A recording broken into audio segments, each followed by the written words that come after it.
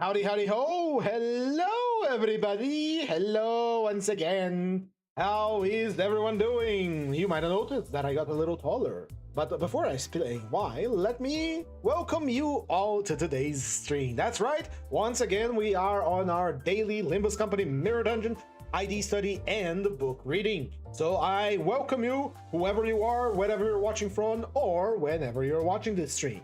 Now, I bought a new chair.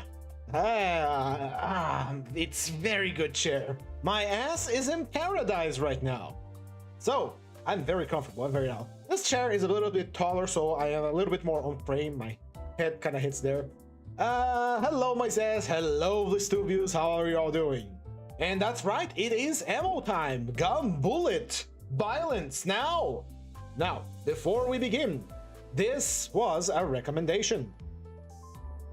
Again, if you have a recommendation for a keyword, a team, or a specific unit you want me to use on these daily mirror dungeons, you can go into the description below and check out the Google Forms I have there. It is anonymous. You can just recommend a team for me to use. So, since there was no specific unit used specified today to use, we are going to be looking at all of the ammo using IDs in the game, since I have access to all of them.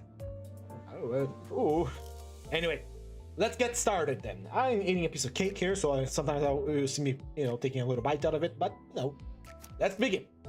Starting first with Nisang. Surprisingly enough, we only have a single unit that uses ammo for Nisang, and it is Lobotomy Eagle Solemn Lament. But G4, what about Ncorp Eagle Fell Bullet? It's literally saying bullet here. Well, there is a problem. It doesn't actually use bullets. I wouldn't say it's a good gaming chair, but it's way better than whatever I was using before. The chair I had before, I have acquired it from somewhere, and it was just a school chair. It was plain wood and metal. This one actually has stuffing on it, so my ass isn't directly sitting on a flat wooden surface at all times. It now has a cushion on it. It's very nice. So, as I was explaining, Fell Bullet Isang actually does not use any bullets. He uses stored memory, but it's not bullets. This is not an ammo ID, surprisingly enough. It is a Poise Bleed ID, but not a bullet one, despite the fact that there's a giant fucking gun here. The only ID for Isang that actually uses bullets is Lobotomy Eagle Solemn Lament, which we have reviewed in the past a few times now. But just in case since we are doing a review here, let's understand his gimmick. We're not going to be checking his skills in deeper details. What we need to understand is the gimmick of the ID. And the gimmick is as such. We have 2 guns. Bang, bang. Each gun has 10 bullets. Each of those bullets do something different. Each type of bullet. They are named the Living and the Departed. When one of these bullets, when you use them, will apply a unique sinking on the enemy. This unique sinking has 2 different effects, just like the bullets work. One of the guns will apply potency, and the other one will apply count. Now, count and the potency of this unique sinking does different things. So, like you see here, when we inflict Butterfly, which is the name of our unique sinking, it was going to rise based on if we use the Living or the Departed. Now, what is the Living and the Departed? That is our unique ammo again. The Living is, hold on, where the hell is the description of the Living? I think it's on Butterfly. No. That's right, AD that has Fell Bullet in its name does not actually use bullets. So again, we have 2 bullets, 2 guns, Living and the Departed. When we shoot with one, we apply the debuff equal to the bullet we have used. So shoot with Living, you apply the Living. Shoot with the Departed, you apply the Departed. Now, I don't recall exactly the name of each one of them, what they apply. Living is potency, and the Departed is count. See here. Living, and the Departed. Alright, here we go. The potency is called the Living, and when we hit the enemy with any attack, because sinking, they are going to heal based on the amount of living on the enemy divided by 4. Minimum of 1 rounded out. When we hit and the enemy is at 0, they are going to take damage based on the Departed. At the end of the turn, we take all the departed to 0 and gain 5 equal to the living and convert the living into the departed. So it's a lot of words, it's very complicated because it's a Yiseng ID, and Yiseng is a very complicated character in terms of his writing as well. We read his book, his poems are very strange. So essentially what it does is, shoot with one gun, you apply either potency or count of the butterfly. When you hit the enemy, you will regenerate your SP based on the potency. If the enemy also has count, he will take damage based on the count. At the end of the turn, we take all of the potency, we turn that into normal sinking, and then it all becomes count. So it is a strange, it's a lot of words, a strange little ID. Let's not dwell too much on it. So just shoot enemy, bang, bang, bang, and you're fine. What we need to understand is how his skills work, which is the most important thing. So when we get a tree gloom resonance, he automatically reloads his gun. Unlike other IDs, well, lobotomy ego IDs, whenever they reload their gun, they're using their sanity to recover the bullets. They essentially have infinite ammo, as long as you keep recovering SP. The only problem with that mechanic is that if you're using sanity, your odds of hitting heads decrease, because everything it relies on the sanity system here. So if you need to reload, it's likely that you can lose a clash that you would have otherwise won if you didn't have to reload.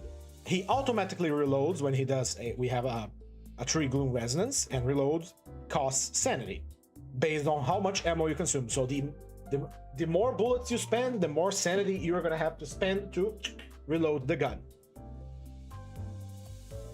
Alright, here we go. Much like when we use thumb salt, capo merso, whatever you want to call, lei hang, we always keep track of how many bullets each skill 1 by skill 1 uses X bullets, skill 2 uses X, etc. The skill 1 for our boy Yiseng here uses 2 bullets. The skill 2 uses way more, he uses 6 bullets. And his skill 3 mag dumps the enemy. Literally, it uses 1 bullet for the first, 6 for the second, and all of them on the third hit. And then the fourth is a special little thing. So we must always be on good reload, good ammo before we use our mag dump. Now, to ensure that we are always good on ammo, Yiseng has a reload on combat start, meaning that you don't have to waste all your bullets. If you have a skill tree ready and you want to ensure that it does maximum damage with it, just put a defense skill on Yiseng, he will reload at the combat start, and when he actually clashes, he will have all of his bullets ready to go. That is how it works. Very simple gimmick. I could go more into the detail with that, but when we do a isolated review of this ID again, I will go into more details and a better explanation of how he works, and it will be its own video, which is something I'm planning to do in the future. I'm gonna take all these IDs explanations I have, make them a little bit more concise, a little more structured, and make them their own video with a little bit of visuals of how the ID works and all that. For now, we're just talking and seeing how they work. Moving on to Faust. Faust does not have any IDs with bullets. She has a gimmick ID with a bow, but it does not count as a bullet. It's not a unique ammo, which should be, because she would benefit from other ammo passives, but unfortunately that is not the case. So Faust has no guns. Don Quixote also has no guns, which makes sense. She's supposed to be a chivalrous knight, so no guns here. Ryosho, on the other hand, has 2 IDs that have guns. We have the Season 3 Bon Voyage LCCB Assistant Manager, which has a shotgun. Again, very funny that she has like this, now that we know about her, she has this massive, super overpowered relic, but she uses a shotgun. This ID is funny because she only uses her shotgun on the skill tree, and it's, not that good. Sure, for a double OID for LCCB, it's all about Tremor and Rupture. It is, the Tremor and Rupture application is crazy, the numbers aren't. If you crit with the third coin of this attack, you are going to be applying a whopping 8 Tremor and 4 Tremor count, together with 8 Rupture and 4 Rupture count. any tremors burst on top of that without actually consuming tremor count. Very nice. She only uses a single ammo when using this skill, and she starts off with 7 ammo. The most important thing about this ID is her passive, support passive. As per usual, this ID follows the philosophy that I appreciate a lot, where 00 IDs are mostly relegated to being support units or having something that is good for the entire team. This ID in particular has SP drain that is not based on sinking, so it literally just drains the enemy SP for no reason. A skill 2 applies offense level down on criticals, and it's all about criticals here. 3 offense level down, that is an entire clash power from the enemy gone. This, again, is a support unit. And the skill 3, as we have seen, has a lot of tremor and rupture. Oh, sorry. This pairs really well with another unit that we're gonna see that also uses bullets. Her defense has literally nothing, but this is a very good support unit. If you have a full team, let's say you're running the mirror dungeon, and you have a full team, 5 fighters for the tier 4 gifts, and you have 2 more slots that you want to fill in with someone else, you can reasonably put this one here to give some support. But that's about it. The most important thing here about her is her support passive. If one ally with the least ammo uses a skill that spends ammo, they gain 3 poise. Once per turn, does not apply to allies without ammo. If one ally with least ammo uses up their last ammo with a coin, it deals 50% of the damage dealt by that coin attack against each target as a bonus damage against each individual target, rounded up. It is a 4 pride owned support ability. This pairs exceptionally well with Leyhang Merceau, because Leyhang Merceau has a gimmick that we're going to be seeing very soon about using the last bullet on his attack to gain an AoE. However, Ryoshu here has a second ID that uses a gun. That's right, that is Lobotomy Eagle, Faint Aroma, and Solitude, a tremor sinking unit where she fends the hammer with a revolver, which is pretty cool. Much like Yiseng, it is a Lobotomy Eagle ID. She uses Sanity to reload her bullets, and the only bullet she has to reload is that of the revolver. The crossbow actually does not use any bullets, which starts with 6 bullets, and if the enemy has been staggered or is at 40% SP, she will use a assist attack against that unit. For free! She just goes there and pops 2 bullets on the guy. It's very nice. When she is at 0 bullets, uses all her bullets with her skills, she literally just blasts everyone with an unfocused volley and then reloads, and consumes 10 SP, which is, you know, a hefty price of SP, but it's a free AoE attack, and she has also a free assist attack. This is exceptionally good. It doesn't do a lot of damage, but it is exceptionally good for the reasons that she has free attacks with very easy conditionals. And as I've said before, action economy is very, very important. And this is an AoE and just a extra attack for no reason. Blue Lockin, welcome to the stream. That is, I believe, your first time here on the stream. I welcome you. Hello there. Aroma Shoe is very fun. Her passive is Unwithering Flower. She gains 1 pathos every time the enemies take sinking damage. She gains pathos equal to Faint Aroma inflicted every time enemies gain Faint Aroma. She gains pathos every time someone tremor bursts regardless of the unit. And at the 30 pathos, she uses her unopposed magnificent end attack against the target with highest Faint Aroma. What is Faint Aroma, I hear you ask? Well, it is a unique debuff that she can apply on enemies, and that debuff spreads over time. It is very cool. And yes, it is a great facade for Ryoshu. She just uses House of Spiders and just pops a cap on someone's ass. She also has something incredibly busted, is that she can heal 3% of her HP and sanity if she loses 10%, which is a very good heal, let's be entirely honest here. And her support ability is also very interesting. When the ally with the fastest speed hits an enemy using skill that inflicts sinking potency, count, or unique sinking, we inflict 2 tremor and trigger tremor burst. Then we reduce the tremor count by 1. This is a particularly good if your sinking unit is able to use Sloth, because you are just getting extra tremor. This passive pairs exceptionally well with Hanafuda Ishmael, because she is a tremor sinking unit with access to a sloth skill. If you successfully replace all her skill 1s for skill 2, means you can trigger that passive every turn. Oh, that's base reroll too, sorry. Yep, there we go. You can trigger this passive every turn. It only happens once per turn, but it is a free tremor burst by just using a skill that has sinking. It is exceptionally good. The gimmick for this unit, as we have seen, is spamming bullets. She has free attacks against enemies that are staggered or low SP. She has the unfocused volley if she empties her bullets, and she inflicts a unique debuff called Solitude that makes the target take more damage from glue skills. And I think it tremor bursts as well. Yep, it tremor bursts. If the enemy is already about to receive Solitude, it tremors bursts instead. So it's again very good for activating tremor, whatever type of tremor you prefer. If you want to know more about tremor, please consult the previous stream where we went into depth about tremor, at least at the beginning, and then it was the T-Corp's log. The other thing about this this ideal ID is the ability to inflict Faint Aroma, which is it's a unique debuff that applies Faint Aroma on Tremor Burst, and when someone dies, we spread this aroma everywhere, and this interacts with her petals. Every time the enemy she gains petals equal to the faint aroma inflicted every time enemies gain faint aroma.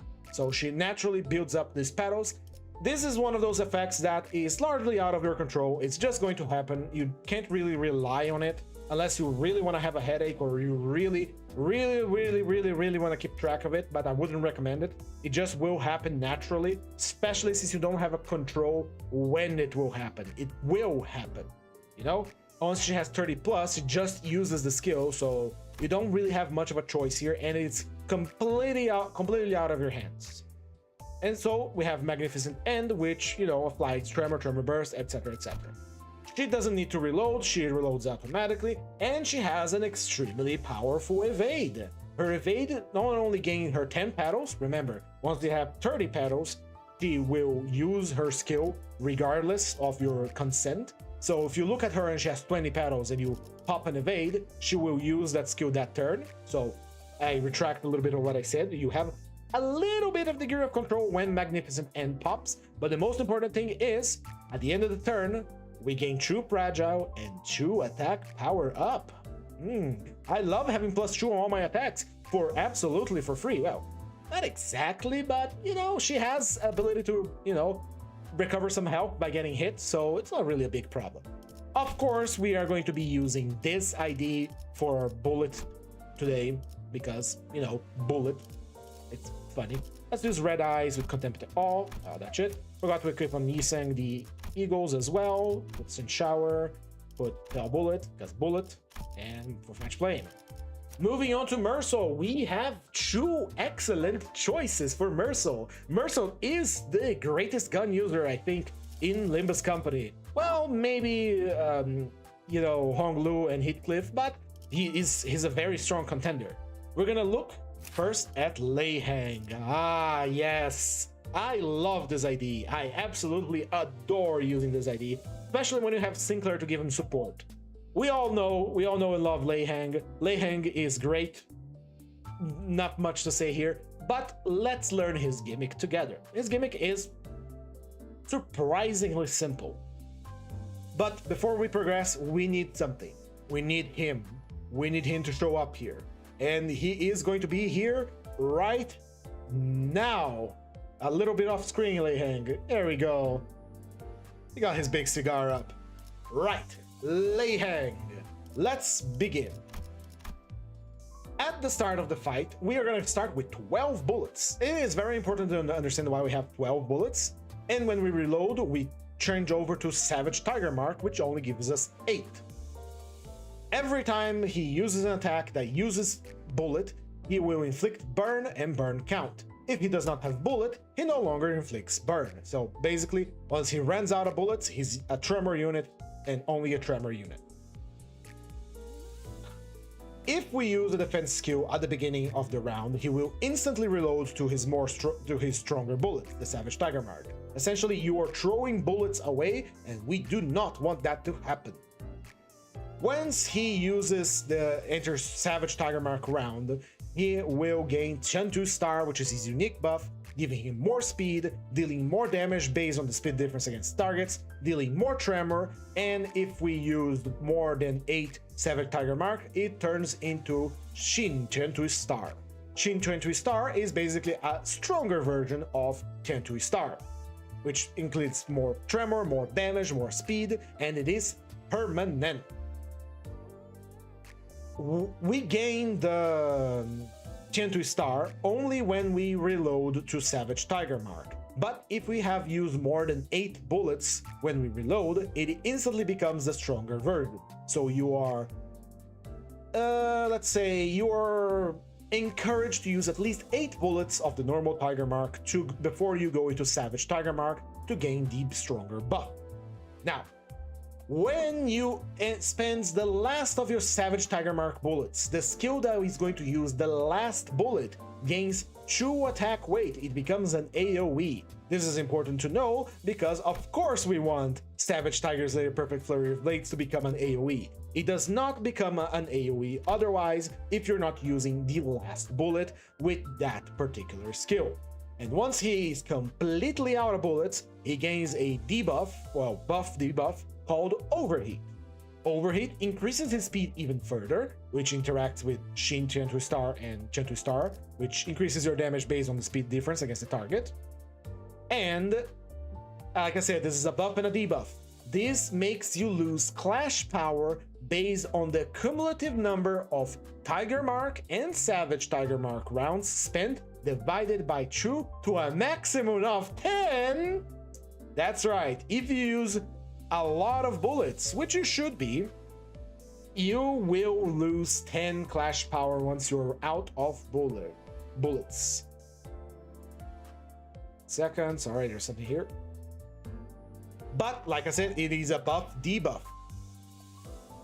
When you use more than 20 bullets to gain that, 10 power down, you are going to deal bonus damage based on how much health you have lost thus far, to a maximum of 50% skill, 50% except for ego skills. So you are going to be dealing 50% more damage if you are below 50% health at 20 rounds spent. If you used 14 rounds on a Clash Lose, Unbreakable Coins of this unit base attack skills deal 75, but missing HP percentage of max 150%. If you used 8, you gain 1 protection for every 10% HP. So if you immediately throw all your bullets out, go to Savage Tiger Slayer, use all 8 of your bullets, the first buff you're gonna get is 1 protection for every 10% missing HP. And these effects are cumulative, so you're not thinking about like, oh, do I get one or I get the other or I get the other. No, you will gain all of this shit if you use all his bullets. At 14 rounds, when you lose a clash, your Unbreakable Coins deal more damage based on your missing HP percentage, so etc. And when you're at 20, you deal more damage in general against everything. So again, you want to unload all of your bullets to go into Overheat with maximum stacks. Even if you're losing 10%, 10 Clash Power, you are still gonna hit like a truck. Got it? Got it. Now, let's understand his skills. See here? By the way, when he no longer has Savage Tiger Marks, all of his Unbreakable Coins, all his attacks become unbreakable, which, if you are unloaded all your bullets, it's going to do more damage, etc. But having the bullets also gives you true power and deals more damage.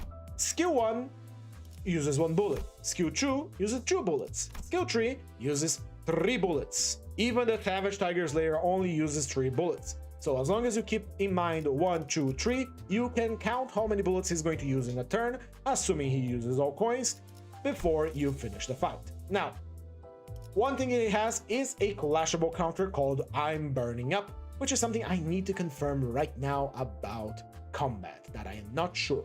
Now, this might sound stupid, kind of on the nose, that's already here, but I am not entirely sure if clashable counters, despite the name having clashable on it, actually are affected by clash power, which I don't entirely am not entirely sure if it is. So I'm going to read the wiki right now to understand and clarify this. Clashable counters are a special kind of counter skills that have the ability to engage in clashes against enemy attack skills and activate before being attacked by an incoming unsighted skill. If they win a clash against an incoming skill, the counter skill used against the attacker. If they lose a clash against a skill, the opposing skill is used against the defender. Winning or losing a clash with or against a clashable counter affects sanity in the same way as with offensive skills, increasing or decreasing sanity based on that unit's base factors for gaining or losing sanity. Like regular counter skill, clashable counters possess at least one coin, a physical damage type, a sin affinity. They will not be used if no incoming enemy skill engages in a clash with it. Due to this, they are unable to engage in one-sided attacks like attack skills would. Didn't explain shit, but I am going to assume that is affected by clash power, although I am not entirely sure about that. Because I have used this here with maximum overhit and it didn't receive a negative 10.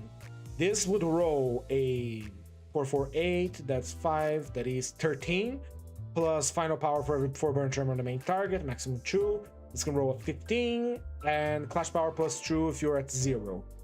So you can kind of nullify a little bit of your overheat by using it and burning up, which is kind of the takeaway I wanted to do about that. With that, we understand the thumb is coupled for Leiheng Mersov. Thank you, Leiheng, for being over here. Bye-bye now. The other ID with bullets that we are going to use today, because they're going to use a lot of Lobotomy Eagle, although I want to use Thumb Saw, is the Hornet. I have played this many times. I have done a solo with it. I have done a solo that infuriated with me on Mirror Dungeon Extreme. You can watch me being mad about that on a previous stream. This unit is one of my favorites. It is very fun to use, and it's one of the units that skew the action economy in your favor. Let's begin. This unit starts with 10 rifle rounds and 6 shotgun rounds. When he uses the rifle round, he inflicts 2 spores, and when he uses shotgun rounds, he inflicts 3 spores. Spores are a unique debuff that makes the enemy gain burn count for every 5 stack and gain bind, regardless of stack, and it stacks up to 15. When he uses a bullet, a shotgun attack, and he does not have enough shotgun ammo, he will convert rifle ammo into shotgun ammo by consuming SP. If he runs out of bullets mid-skill, he will cancel all the coins on the skill and reload. Reload once again consumes your sanity based on how many bullets are missing. This unit, when he kills something that has Spore, not max stacks of Spore, just having Spore is enough, he will gain Loyalty Pheromone, which is a unique buff that is permanent and stacks up to 3. At 1 stack, you gain protection. At 2 stacks, you gain haste. And at 3 stacks, you gain a clash power up. And this is all cumulative. So this ID, while it's not a huge bonus that is going to change the tides of battle, it benefits more from having enemies to kill. Similar to a certain someone from Heathcliff, like Wild Hunt Heathcliff, which gains coughing by getting kills, which empowers him. When he kills targets that have Spore, he also inflicts double the Spores next turn, which is, you know, very good for burn application, etc. There is not much for his gimmick here, but let's keep it going. Skill 1, he just used rifles. It's a bog standard single target attack that he just pops 2 rounds on a guy, gains damage based on spores, etc, etc. Now the skill 2 is the more interesting one, because this is a pure shotgun skill. It uses 3 shotgun bullets and it has a base AoE of 2. So again, this skews the action economy into your favor. You just boom, boom, boom. That's attacking your main target. You won the clash, you attack the main target, and you dealt damage to sub-targets. Of course, it deals less damage against sub-targets, but that's beside the point. Alright, all of his skills, by the way, skills 2 and 3, by the way, convert to unbreakable based on the amount of loyalty pheromones you have, so it's another buff he gets from securing kills. Skill 3 is one of the most interesting skills, because it has an AoE, it has attack weight, but it does something very, very special about it. First, it is a new generation AoE, so if you're using this AoE against a single enemy, it deals more damage. But the more interesting thing about this is the following. This coin hits only a single target, prioritizes the main target, spends one spore round, and he does that for all three of the first skills, and the fourth one, it's a shotgun blast. If you use the skill against that main target, and the main target dies, this does not cancel the skill, because it's an AoE. It's not an unfocused volley either. You just go bang, kill the main target, the other bullet goes to the sub-target, and bang, bang, bang, and then he shotguns that round the target as well. At the end of the skill, he also reloads, so you can use it to maintain your shotgun. Hello, Acidic Trauma, how are you doing?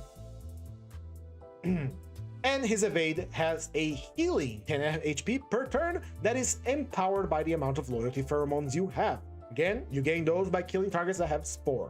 Very good, very luscious ID. I will say this is a very ideal ID. I love it a lot, and that's what we're gonna use today instead of the goat that is Thumb Easter couple, because, you know, we have 3 lobotomy egos here. Might as well continue with the lobotomy ego, right? Moving on to Honglu. Honglu only has a single bullet ID, and we know what it is. It is the full stop office representative, Honglu. This ID is a part of a tag team combo with Heathcliff, and it's a very, very powerful one.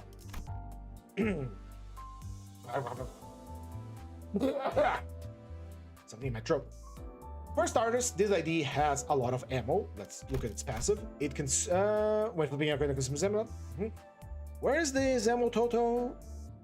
Well, how much ammo does he start? It has a lot of ammo, I know that, but where is the amount of ammo?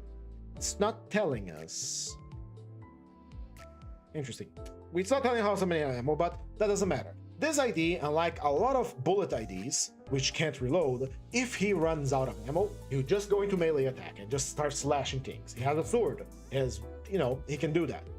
If Heathcliff is Overwatch assignment state,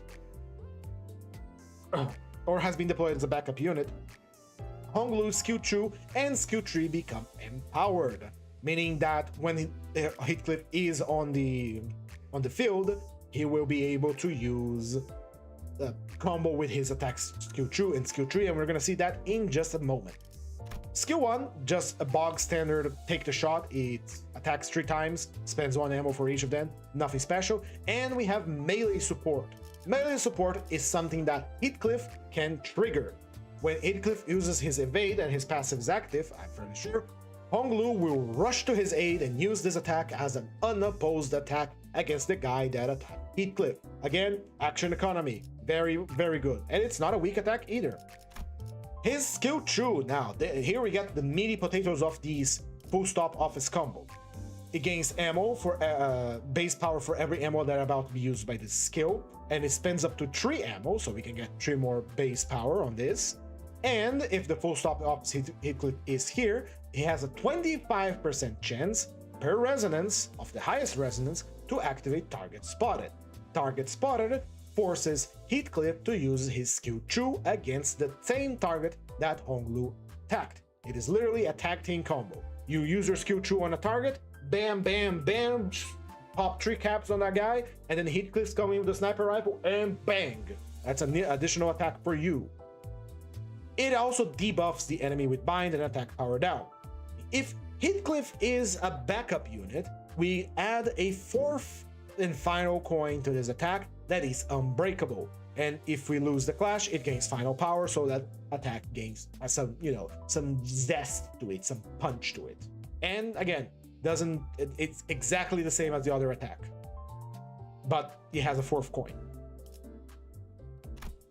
Finally, we have full stop to life, his big boy attack. Same thing as before, it has a combo. If Heathcliff is on the backup, it has a 4th and unbreakable coin. If he loses the clash, he gains final power for that coin, which again adds some more zest to that skill. It's very nice. It's very nice, a very nice combo. And full stop to life has a guarantee use of Target Spotted. It's a guaranteed tag team combo if Heathcliff is on the field.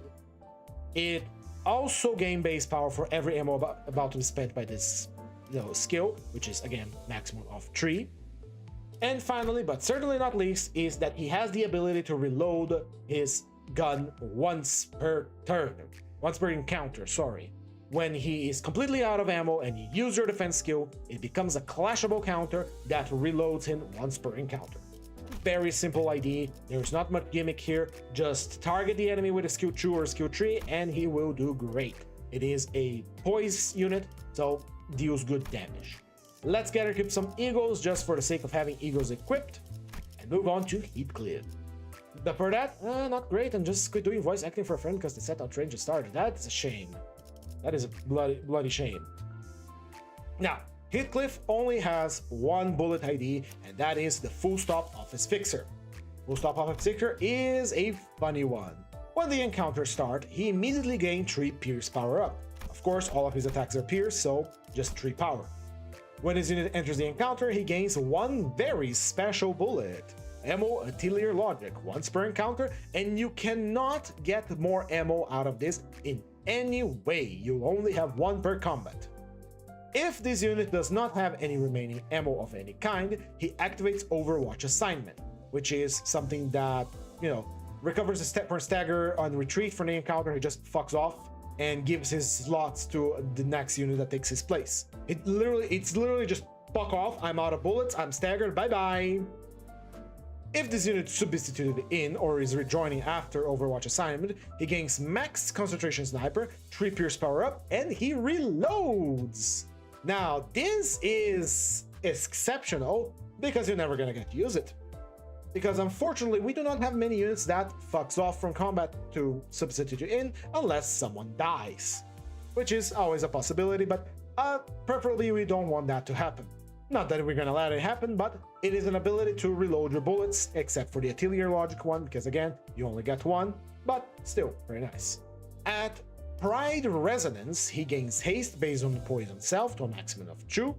If this unit is not set to use any attack skills, he applies 3 poise to 1 ally with least poise potency, so you can literally just have him chill at the back and evade everything, and he keeps applying poise to allies, as long as you have a poise resonance.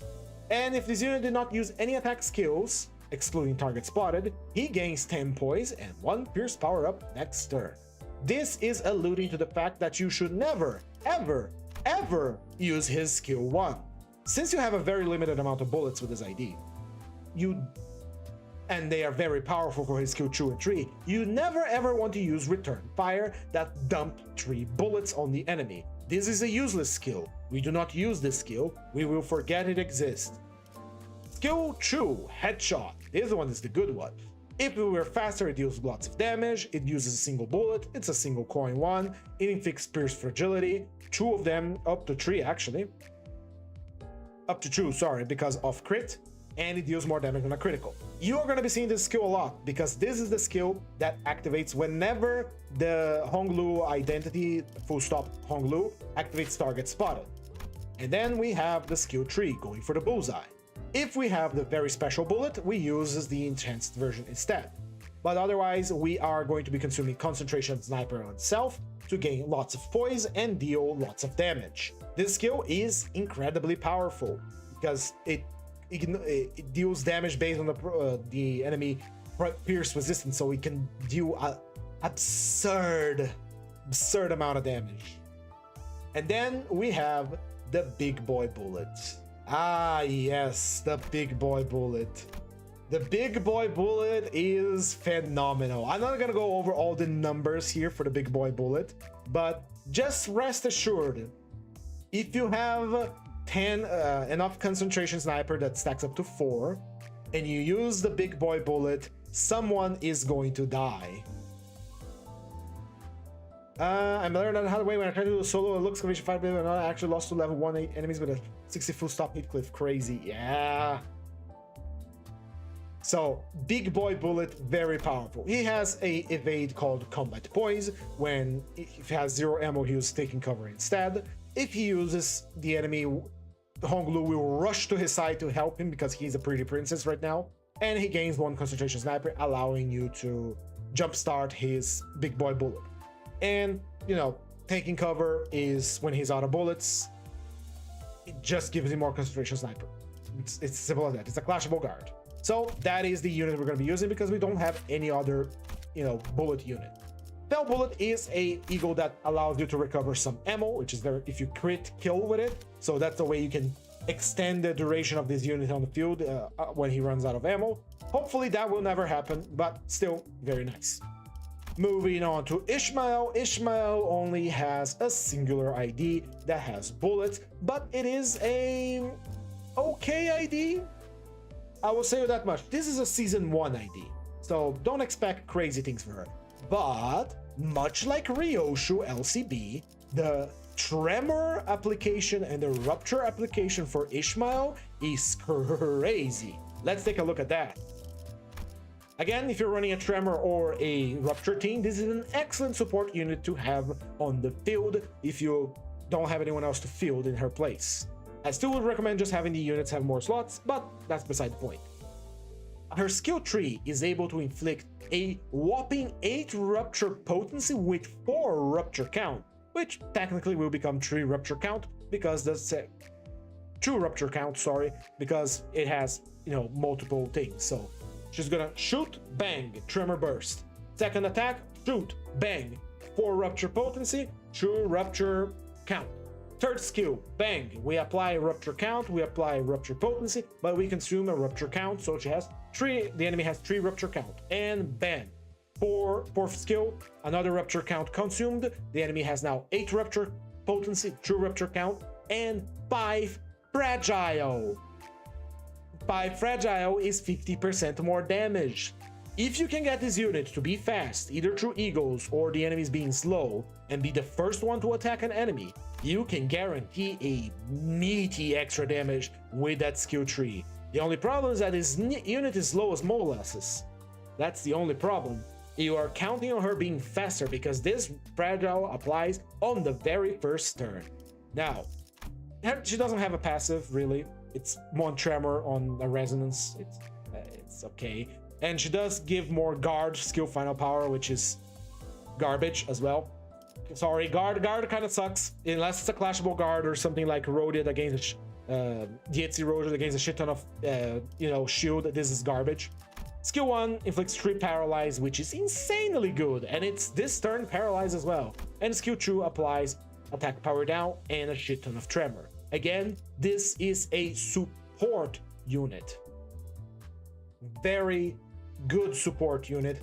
Don't expect this thing to win clashes, by the way. Her numbers are horrible. She is there to attract aggro, and she's there to debuff the enemy to give your stronger units a better chance of destroying whatever it is that you're targeting. Since this is the only unit with bullets, we're going to be using her. Wing Beat, Pote, and Light Obsession. Now, like I said, we're gonna take a real quick look around them to see if we get something that gives us haste. Because if she's fast, she can get, attack first and do the whole thing. So offense level, Christmas Nightmare does not gain haste in any way, shape, or form. Bygone Days does not give haste in any way, shape, or form. Wing Beat does not give haste in any way, shape. There we go. Do that damage to an ally, gain 2 power up, and gain 2 haste next turn. Nope, we don't want that. I like the shenanigans of team killing, but I'm not going to partake in them. I'm sorry. Nope. Jose's Desire does apply bind, but we don't want bind. We want haste. So, blind obsession apply any haste? No. So, she does. At the end of the turn, inflict 5 to 1 and ally with the lowest HP, apply on haste next turn. Yeah. It doesn't have anything that gives us haste, so unfortunately, we can't get this unit to be faster than everyone to apply the debuff so we can, take the opportunity. Moving on to Rhodia. Rhodia's from the back streets. Rhodia much rather prefer to use an axe to kill innocent moneylenders and their sisters, so we do not have a gun here. No guns inside for Rhodia. Rhodia stays as she is. Fund Sinclair is the only unit from Sinclair that uses bullet, although I hate to admit that is not technically a bullet. As we know, he's using a bayonet with a propeller jet engine or sorts here that works by, triggering the bullet, not like Leihang. Leihang I still feel because he reloads and it looks cool, but this one I don't feel it. I don't even know the gimmick for this other than he has Scorched Tremor. But here we are anyway. It begins with 15 ammo. If this unit is using Scorch Propellant, he gains damage up equal to the amount spent. When flipping a coin that spends Scorch ammo, without having it, it does not cancel the attack, but he does not inflict burn. But the most important thing about this unit is the fact that he can give ammo to allies that are, without ammo on a Pride Resonance. Now, allow me to tell you something. When you deploy Choose Sinners into combat, Unfocused Combat or whatever, you will gain additional skill slots as the combat goes forward. If you deploy Lei Hang and Sinclair together, when you have all your skill slots, Lei Hang is going to have exactly 4 slots, while Sinclair will have 3 slots. None of Sinclair's base skills are Pride, so you'd think that you require something else to activate this, but no, his defense skill, Ferrous Guard, is Pride.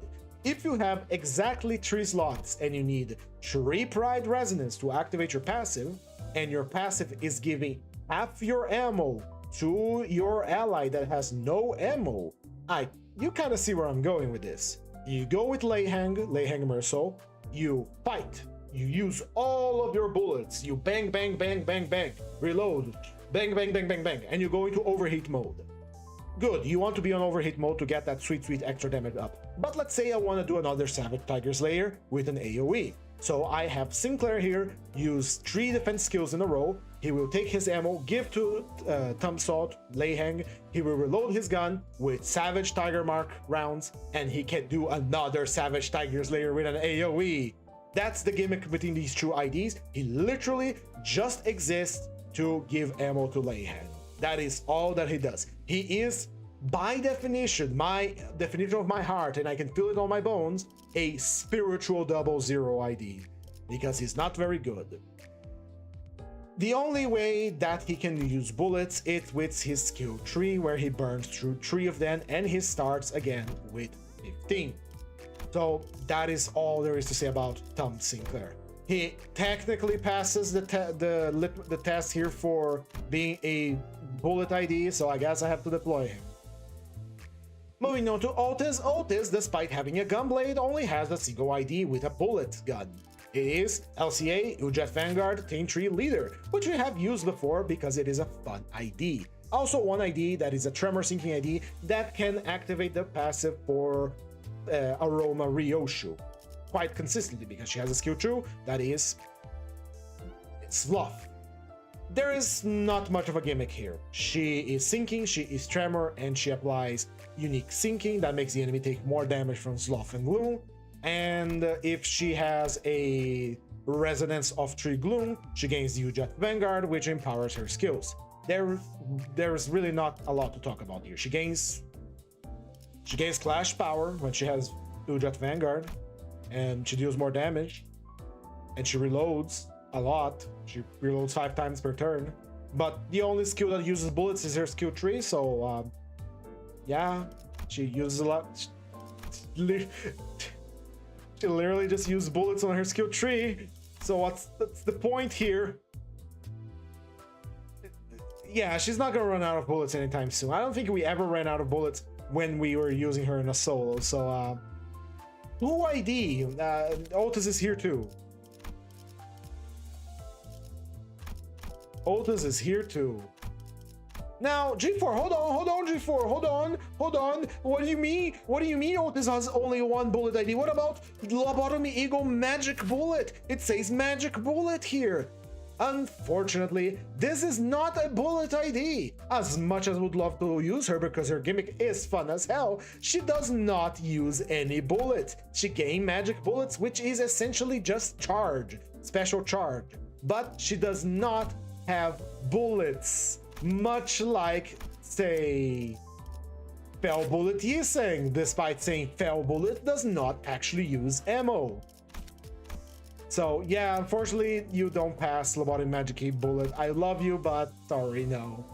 Finally, we have Gregor. Gregor only has a single bullet ID as well, which is Twin Hook Pirate's First Mate. An ID that is very much forgotten. Honestly, I don't see anyone talk about it. It is a quite okay ID, which a very simple gimmick. Let's take a look at it. The gimmick is that whenever he hits an enemy that has bleed, he gains unjust enrichment once. Unjust enrichment does nothing, like literally nothing, until you use your skill tree. That is, if you use a skill that consumes ammo, you will consume all your unjust enrichments to deal extra damage, up to 100% extra damage as bonus damage. If we critically hit when we're out of ammo, we consume all unjust enrichment and deal additional damage as bonus damage. You are unlikely to run out of bullets with this. Even in our solo, we did not run out of bullets with this because you only use a singular bullet with his skill tree, and you start with 7 bullets. And once again, you want to use this when you have 4 stacks of unjust enrichment so that you can deal good damage. And if it already deals 100% more damage on a critical hit, and this is a bleed poise ID, and on kill he gains the luscious, powerful, all-consuming plus coin boost. Only on a kill though. Has true IDs with plus coin boost, which is kind of busted for you, Gregor. Congratulations, potential man. And that is it. This is the full reveal of all the bullet using IDs up to today. We have seen all of them. Let's deploy to the mirror dungeon. But before that, we gotta collect some passives. And surprise, surprise, the units that are currently here in this little square here for base IDs are actually some of the best for bullet support. This is extra pierce damage, this is offense level down, and this is extra damage. Of course, we're not going to be able to deploy all of these individuals, but the ones that are going to be on the background are going to be helping us. With that said, let's get down to the dungeon. By the way, I'm looking forward to do a achievement run soon because there's only one achievement I'm missing here, and I talked about this before, which is the 20,000 damage. The 10,000 is kind of here. So we have to do 20,000 damage at some point, and I am aiming to do that with my next extreme dungeon in the near future. So look forward to it, and once I get all the achievements, I get to click claim all and see that bar rise, even though I am already almost at max. And if I click claim all, I'm not going to be at max, honestly, but it's going to be the future. I want the satisfaction of clicking claim all and getting everything, including the hidden ones, which is one missing. Hopefully we'll get lucky and get it. Anyway, rules of the dungeon. Still not updated this, but it is the same as before. We're not going to use Grace of the Stars, and by extension, we are not going to be using any Starlight. We have no starting ego gift. We will not be looking for any gifts. We will not be healing on shops. We will not be reviving on shops. This is not a solo run, so whatever. And if the selected team dies, it's dungeon over. Of course, we have some backups here today, so it's not if we lose a sinner, it's not the end of the world, but I'd rather not lose any sinner. And again, no Starlight whatsoever. If a sinner dies, a sinner is dead. Did you ever get the Bungie pack? Unfortunately, I had not been lucky. It is really rare. It's really rare. Maybe one day.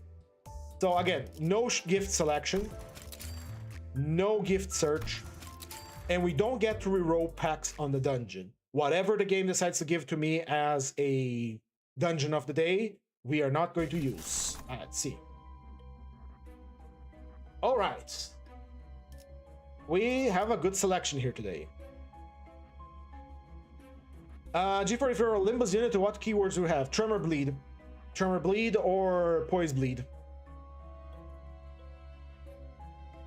I have a big hammer, and I would use that with Bleed and Tremor. Or I would use a big ass katana, like meat chopper giant katana, not like a graceful little thing. Because like I mentioned before, I used to fight do swordplay. I always liked katanas, but I never liked the idea of katanas are a dexterity only weapon. I want to use the katana with the strength stat, not just the stat, mind you. I want the move set to be a strength based stat. Like normal katana uses those low, very graceful cuts. I want a cut that digs into the enemy and you force the blade through. So I will be using a big ass katana that is fat. So I would use something like Bleed Tremor to reflect the strength of hitting someone really hard with a weapon and tremoring then and cutting because of bleed, or I would use poise because critical is fun. Also, to reflect this idea that I use the katana with a strength build, I like the idea of critical damage over critical chance. Criticking with every attack is fun and all, sure. I pepper the enemy with 1,000 cuts, all doing critical damage. That's very cool and all. But I want a character that builds up a big critical. So when he crits, you feel it. It's that critical that splits someone in half. Not dramatically, not like you cut the guy and he splits open slowly. No, it just... It's big. Well, not a big war katana, I don't know the name. There's two of them. We have the Odashi, which is the equivalent of like a Zweihander, a big-ass two-handed sword. You have the Tachi, which would be a similar equivalent to a long sword. It's a weapon sword meant to be used with two hands. I think we should base G4 idea of this tabletop string character. Yes! Use make Ryunosuke. Ryunosuke is very fun and I can talk about at length about his abilities. I can show you him if you want to. But let's go select our first pack before I get too carried away. For the Forgotten, we have a good bleed gift here. Very nice. We have the wrist guards for that delicious damage up, but I have no way to generate charge yet, but they gave us a chance to generate charge here. For to be pierced, we have healing, we have bind and haste. Well, just bind, it's kind of shit, and extra money. So we can choose to gain healing or we can choose to do damage. The piercing bulleting is very strong, so we're gonna go with healing. Right. We don't have any sanity to do tests yet, and I don't like to gamble. The wise does not gamble. So let's just go. Right, we have to decide our loadout. I do believe that it will be to our benefit if we deploy the full stop ops representative first, followed by the lobotomy group. Then let's go with her, in and hit. We have 2 backup units in case we lose. That is good enough to me.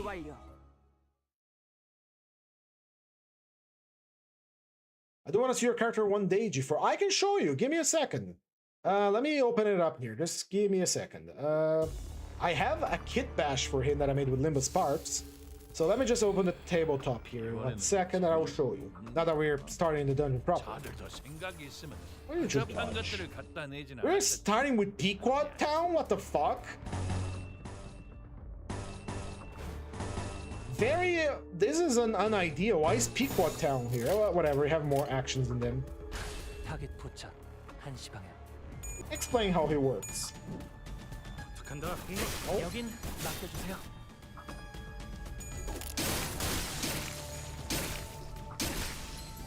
God damn it, they stagger Honglu. This is unideal. We did get rid of one of them, so.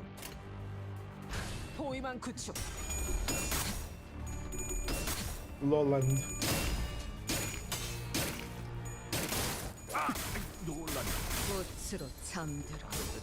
Right, tabletop, here we go. Here it goes. Ariel, this is my character, Ryunosuke Katsuro. He is a samurai. Of course he is, because I like samurais.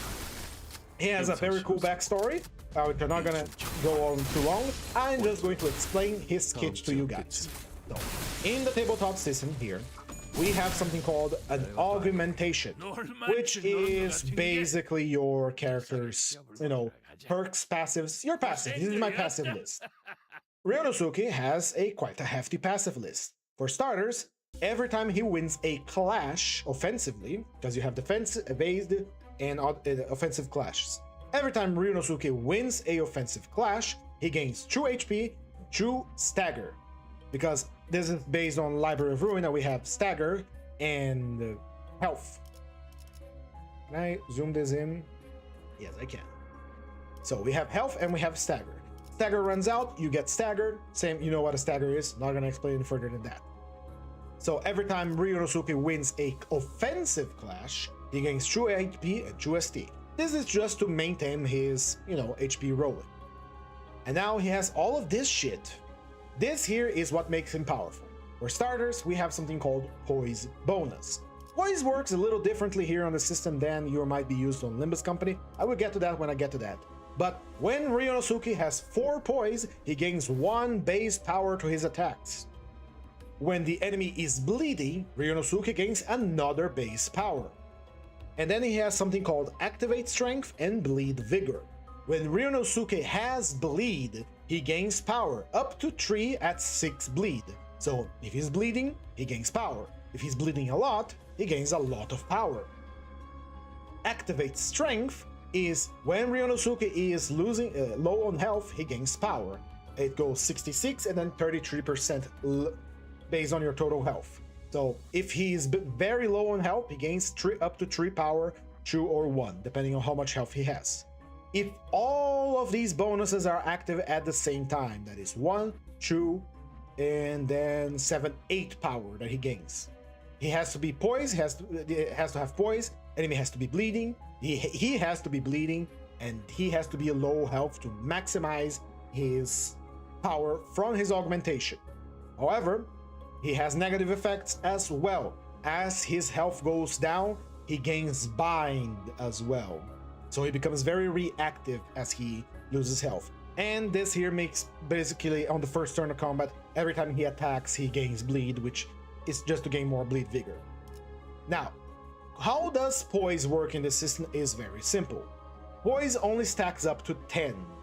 Every time you hit an enemy, you are going to roll a d10, and if you roll under your poise value, you critically hit that opponent for an additional d10 of damage. It is a very nice system.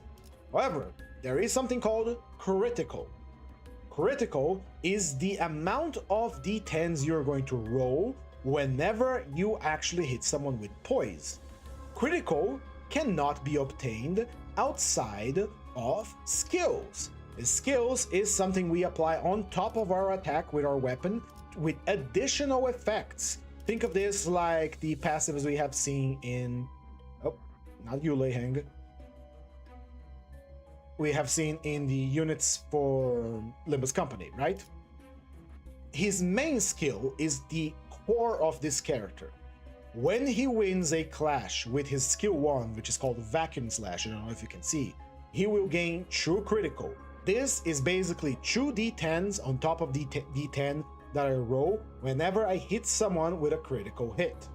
However, this skill has something called Poise Pause. For the rest of the round, after using this skill, my character cannot roll for criticals. Do you understand? Do you understand what I'm doing here? I am going to be using this skill a lot. Every time I win a clash, and considering that I gain a lot of power from bleeding myself, I'm going to be winning a lot of clashes with this. Every time I win a clash, I gain a 2 d10s of extra damage on my critical hit, and I do not roll for critical for the rest of this turn, but I am still accumulating poise. Once the round ends and we enter the second round, I have a lot of poise right now. I just don't roll for poise. I just don't roll. I still accumulate it. But now I have however many criticals I have managed to accumulate.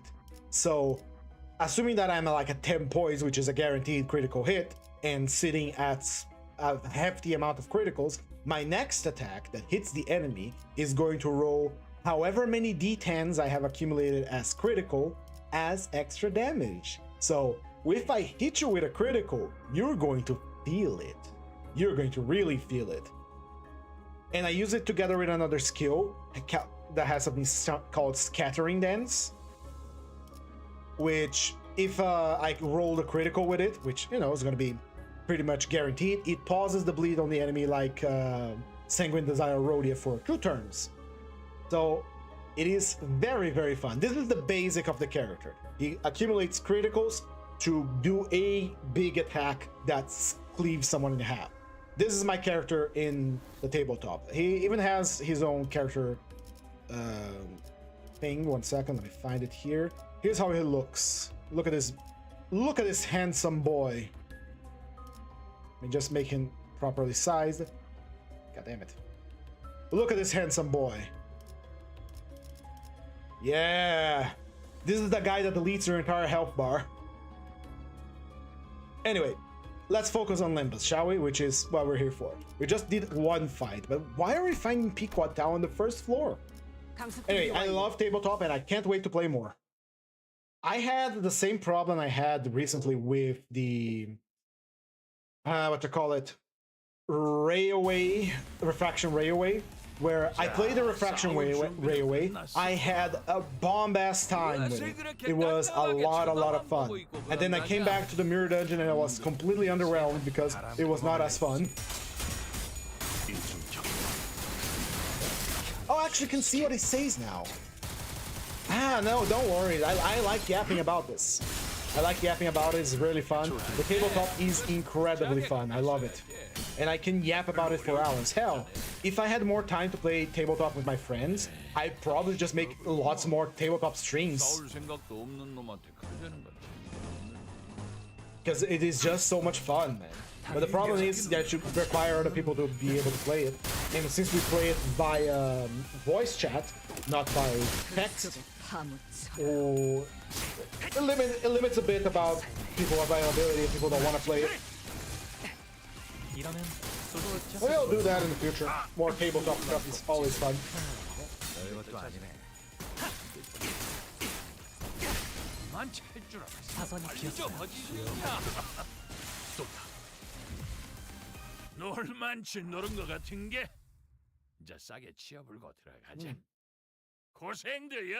Now that the voice lines have been translated, it shows it's really fun because I want to use the older IDs and see what they talked about. Because I never installed that mod that gives us the things they talk on top of their head, and now we can see it. It's very interesting.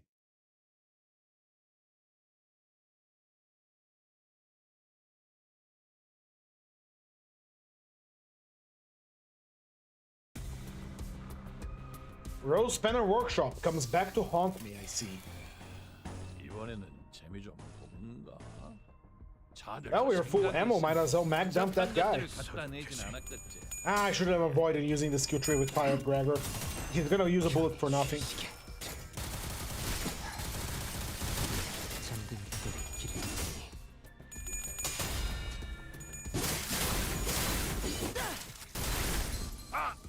That shotgun is so good, man.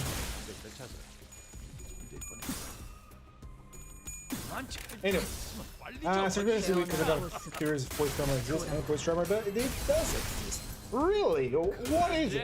I don't think anything comes to mind right now for me for voice drummer.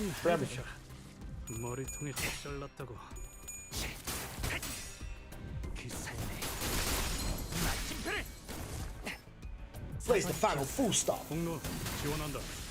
Got your back, Hong Lu.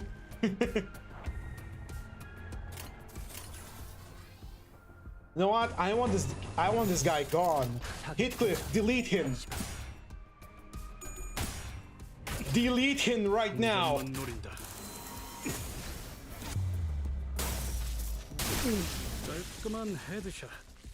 Oh my, NLX, MFFLSD Ski 9K, OG 9K?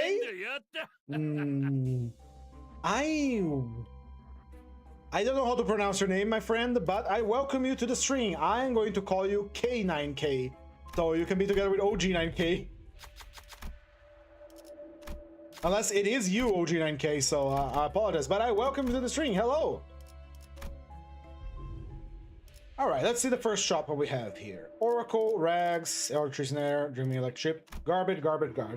We have Prejudice, which is what we wanted from this pack, so kind of useless to get it here, but guess we got it. We have no other gifts, so another refresh, please. Phlebotomy is good healing. Even though this team does not need that much healing, I would take it. So we guaranteed a good healing from the first floor. Very nice indeed. Again, the bullet thing, as we have seen in other strings, are incredibly powerful. We're not going to be suffering for clash power here like we did with T-Corp. And damage, they are also very, very powerful in terms of damage. Bakoshoto.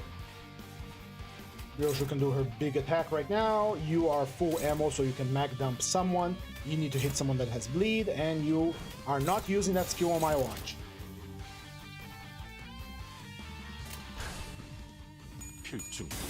How would the poise tremor ID even work? Easy answer for you. High frequency blades. You know Metal Gear Rising Revengeance? You just stabilize the enemy and you hit with precision.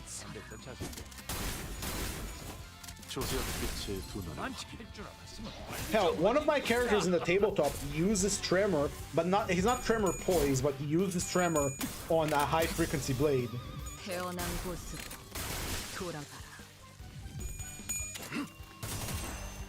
When critically hitting a target with tremor burst, it deals additional damage or has its own special flavor of tremor.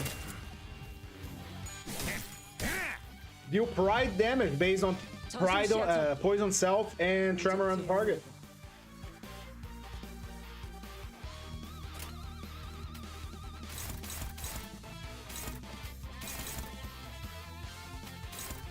Shotogone.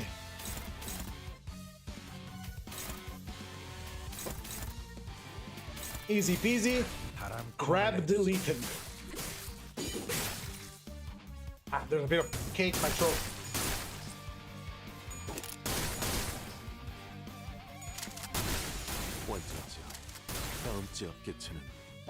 Who knows if the next item is a tremor poise ID constantly. I think the new one that has been announced for Engdu is Poise Haste. Next one is gonna be another Asian ID where she does that.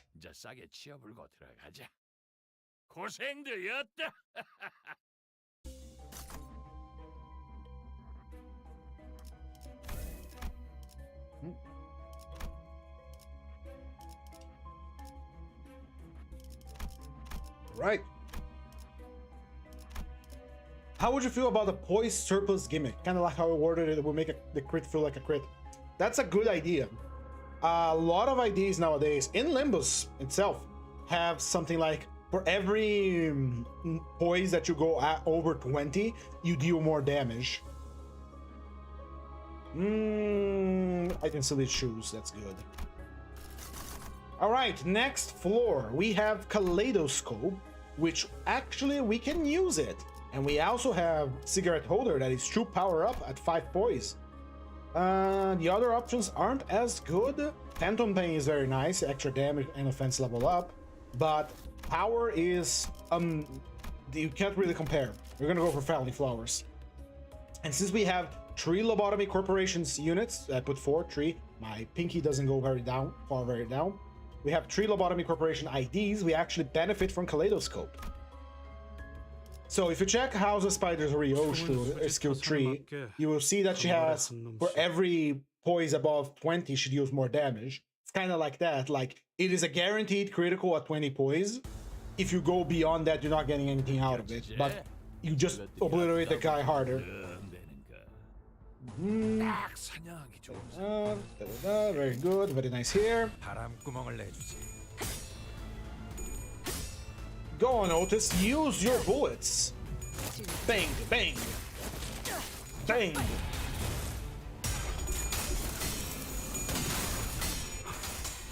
Like, I admire all critical users. I like the idea of like doing super quick attacks that all crit, and then you see a lot of small numbers coming up and they each of them hurt individually. It's very nice, but I'm a sucker for the big crit, you know? I want the big crit.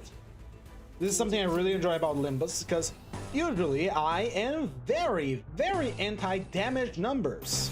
Why am I anti-damage numbers, I hear you ask? Well, I just don't like them. I go by the simplicity of, if the enemy is not dead, I do not need to know how much health he has. I just need to know, is he dead or is he alive? Because enemies in video games usually do not get weaker the less health they have. They just fight as normal. The difference between you fighting, let's say, Elder Ring Melania when she has 1 HP left or she's at 50% HP is none. Only that you will get anxious and probably lose concentration, thinking, I just get to hit another attack on her, and she will be dead. If I didn't know how much HP she had, I would be fighting on as normal, being careful as usual. I also think you could convert potency to raw bonus damage, kind of like that. Kind of like that. You could also make like consume all poise count and gain extra damage based on how much poise count you consumed. So if you, since poise count is essentially how many criticals you're gonna do, you're sacrificing all your other criticals for one big critical. Banged.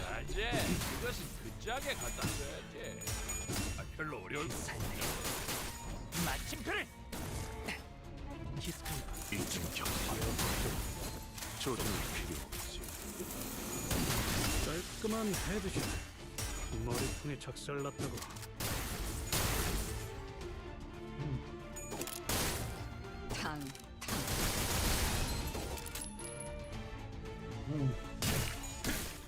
This is the bomb-ass cake I'm eating right now. So good.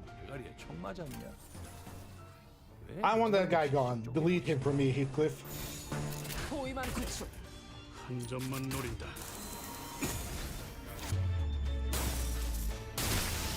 Turn into giblets. Now here, this is exactly what I just saw then. That is a big critical. And this is something Limbus does really well. Like I said, don't like damage numbers usually. Don't need that information. But Limbus, when you do more damage, the number gets physically bigger on the screen. It is great. I love it. Whale. Oh, the whale is here. Fix your flickering rights, buddy. There we go. Give me your poise gift. Thank you. Moving on. I should have gone for the unfocused encounter. We have a full team that is able to deal with whatever we toss it, and even without gifts. By the way, this ammo team, or this general ammo, is the last recommendation that you guys have sent my way. Meaning that if no one recommends something for tomorrow's stream, I will be using whatever thing I want. And speaking, actually, yeah, I'll be using whatever thing I want tomorrow. Charge of my game doesn't cap at 20. Nice. But by the way, the charge doesn't also cap at 20 in the tabletop either. You can have like a shit ton of charge. So yeah, it's good. Nice. Just that you have to have something to use that surplus to justify having that much charge, you know? Anyway, tomorrow I will be using whatever thing I want, because tomorrow I'm going to indulge in using whatever thing I want. Because the day after tomorrow, Thursday, it's event time, it's intervallo time, and we are gonna have a good old time with it. I am so looking forward to going to Encore. Ooh, I am eager for those nuggets of lore they are gonna provide for us. Because the place where my tabletop campaign happens is neighboring Encore. So any information I get on them will be very, very good. And hey, we get to see Bamboo Hat Kin again. I'm looking forward to it. Holy shit. Bamboo Hat Kin. Siente la aura. And then in your prescription, you know I am. Hey, if the prescripts are telling me to do, that doesn't mean I don't get to enjoy it, right?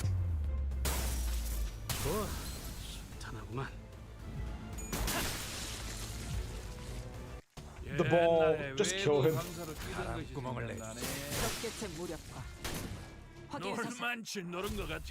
Paddles.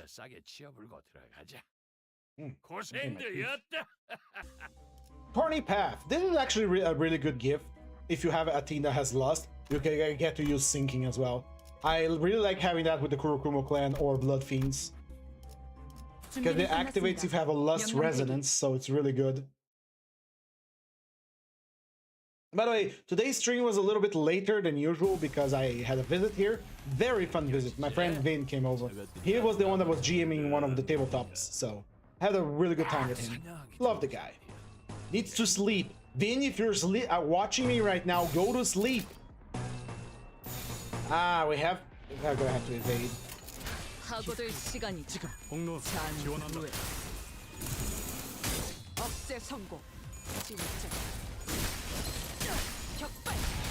Ooh, single round elimination, and it reduced him to giblets?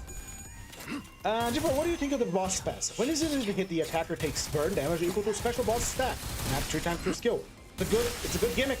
It immediately tells the players that don't get hit by this special stat. Imagine how bad Twitter is in the universe Project Moon world. Again, you have to be very careful in the Project Moon universe, because once again, there are no laws aside from the laws of each wing. So as long as you're not breaking the taboo of the head or the wing, anyone can just hire a fixer to track you down and kill you. You fuck with the wrong person in the internet, they're gonna come for your ass. You talk shit about the middle in the internet, they're gonna find you. Again, it really warms my heart to think that there is like an entire section of the middle that is just a bunch of like, what's it called? A bunch of computer nerds. Like imagine the glasses, freckles, pimples, bad hair. They still have the chains, they still have the purple, and they're just tapping away at the computer there, shitposting and talking and tracking people down for the middle. Like, this guy talked shit about the big brother. I gotta find your address. There we go. I'm gonna dox him now. Brothers, get him. Someone talked shit about my waifu. That's going to the Book of Vengeance. 1 second. My cats are being evil. I'm gonna have to obliterate them. I will be right back.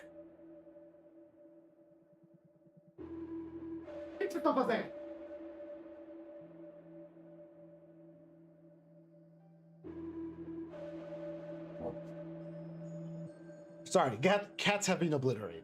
Internet in the city is probably surveilled. Probably they don't have laws. All the laws that happen are for the wings and the head. So who knows? Maybe they probably have more freedom than us. It just depends if you know where to go, right? Alright, patrolling flashlight is good. Curriculum vitae is good. Broken revolver is nice if we have a way to apply rupture, which we don't. So let's fuse. There's nothing I want to fuse for right now. Everything is most likely spyware, probably. Again, depends where you are in the city, depends where you go. I assume there's streamers, like they literally have streamers in the city. At least we forget Don's Canto Camille literally was streaming with a phone on a stick. So I imagine the internet works pretty much as ours, but with the added insanity of the city on top and the lack of oversight from government and such. I don't want to just put 3 AM my time. Go have a good sleep, my friend. You can catch the stream later. They are all public on my channel, and I'll be here tomorrow as well. I will try to stream the event, the Intervallo, tomorrow a little bit earlier, because it's probably going to be a long one. So go have a good time. You deserve it. We're in the middle of the week. Let's conserve our energies. There's still much to go. Just talking a couple of them on Twitter, considering immediate death wish, sort of. Again, you just have to be careful, because again, the universe of Project Moon, the city, is a place where violence not only is casual and everyday, but it is also professionalized. And I would like to put good emphasis on the word professionalized. I made this example a few times in the stream before. I shall do it again. Imagine, if you will, in our world, our time, someone that is a crazed axe murderer. That person is an evil villain. He will be arrested and probably sentenced to death in some countries, or something else worse will happen to him. Who knows? But the point is, he's a crazed ass axe murderer. He removes people's faces for fun because he is a crazed axe murderer. In the universe of Project Moon, being a crazed axe murderer that removes people's faces for fun and then belt sends them because it makes him giggle is not that unusual. Matter of fact, you can be the crazed axe murderer and open up a business with other axe murderers to run an office together. Say, we offer axe murder at a competitive rate. We have 2x1 combos. Want to torture on top of that? We can do it. Come to the Phrase X Murderer Combat Office today. It is professionalized. Being someone able to fight and kill is more than just basic survival in the city. It is something you can make a career out of it. You can charge for it and live, I wouldn't say a healthy life, but a life like that. It is kind of insane. Yes, for our perspective of the world, it is completely insane, but in the city it worked like that. So he's off the wrong person and the person has the funds to do that. They can go over to a office, like say someone that is associated with the SG Association, which handles murder. Hire one of them and say, hey, I want this guy gone. How much? Ah, this much. All right, sign the contract. Everything is okay. Everything is public, except like maybe some details for contracts and all that. You know, personal information and all that. The assassin goes, kill the guy. This is all business as usual. It's not seen as weird. You don't have to go into a dangerous back alley and know the right people, the right guy to be able to hire someone capable of murder. You go into a public office. You ask for, hey, you guys good at assassination? Oh yeah, we actually have a promotion going on. If you order 3 assassinations, you get the 4th one for free. That is the type of world the Project Moon City is. And even with all of that, even with all this crazy stuff, it is still very similar to our world in terms of your prospects in life. You can go work on a supermarket, you can go work in a factory, you can make novelty handbags and sell it on the street. It is just certain areas that are set a little bit more hyper, and the the insights that we have of the city from all 3 games, namely Library of Ruin and more specifically and Limbus, show the more combat focused areas of the city, because this is not like a slice of life game, you know. This is not a visual novel where we see Otis doing her daily routine of something and we just spend time with the sinners or anything. This is Library of Ruin or Limbus Company is going to be focusing on the fights and the people capable of fighting in the city, right? We're not going to be taking the time of the day to look at Slim Jin, the office worker that actually works in an office and not like a mercenary, and he does Excel spreadsheets and such. We had a look at one guy like this when Gregor, on the latest Intervallo, when Gregor went to the portal of Valentina's room and met his old work colleague, and that was just a normal guy. That was just a normal guy working in an office. So again, I know I'm repeating myself, kind of being an ass about this, but sometimes we exaggerate too much how evil and fucked up the things in the city are. Oh, you wouldn't survive a day in here, brother. You would be rat meat. You would be destroyed by the syndicates. Even the syndicates themselves, even the fingers. I wouldn't say unless you live in a very specific area, you wouldn't see too much of them. And if you see them, it's kind of like a problem. Imagine in real life if you saw a gang in the streets. That, depending on where you live, that might be just like an everyday thing, right? So, I see a gang in the streets, they're doing gang signs, they're doing their thing, they were selling drugs, they're selling guns. That's, you know, I live in a valley part of the city, that's alright. But for someone living in the, like, in country, or like a faraway town, that is like incredibly insane. You know, we mean gang members. And then you see someone from the mafia.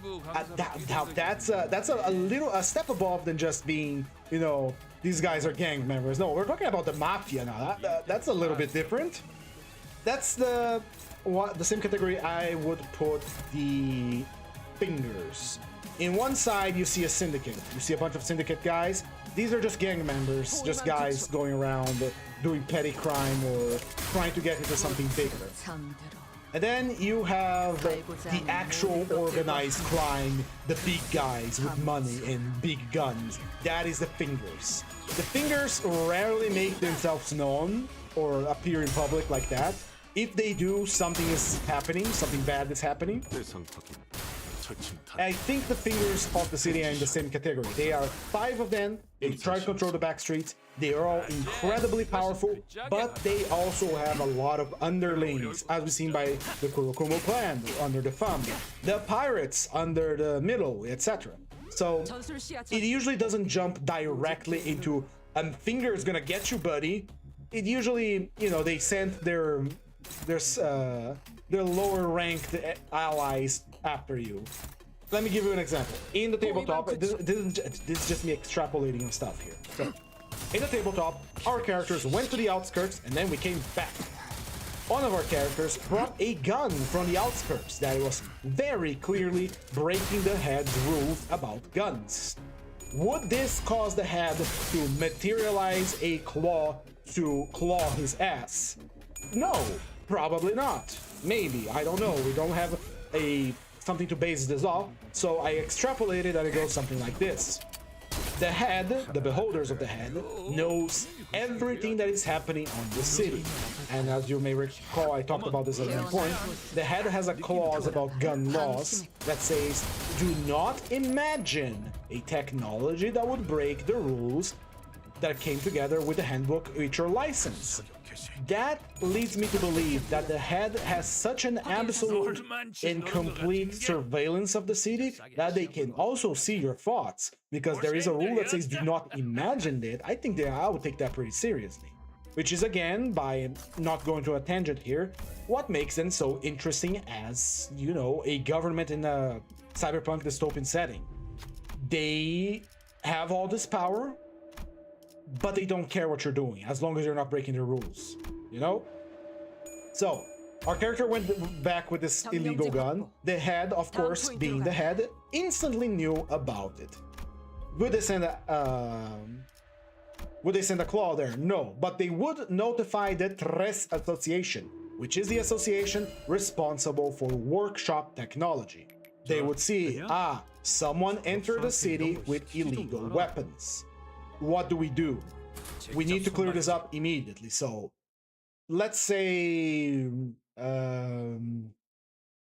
let's just kill the guy, you know. Let's not bother sending him a message or anything. He just kind of entered with an illegal gun. Let's just kill him. All right, but we're not exactly murder specialists, so who do we send? All right, contact the Shi Association, which is an organized thing that focuses on killing, stealth killing, and have them handle it. So the head, the beholders of the head pass the information to the Trade Association, who passes the contract to a Shi Association, and the Shi Association either send one of their fixers or a office that is associated with them to do the deed. And that's the level of bureaucracy that we're dealing with. So one talks to the other, that talks to the other, that talks to the other, that sends it to another, and there's a whole pipeline of paperwork that has to be done, and that's the city, baby. And then at the end of the day, someone is gonna have to go and murk the guy that entered with illegal weaponry. If a lot of illegal weaponry entered, but not enough for the head to actually move, instead of sending the contract to the Shi Association, they would send it to the Liu Association, which handles open warfare, because there's a lot of weapons, probably a lot of guys have these weapons, and we need them gone. Unless the head decides to, you know, go after it themselves and solve the problem themselves. So that's what I extrapolate how it goes for some things. And that's pretty grounded, I'd say. I'm not a very corporate guy. I only had a job at hotels.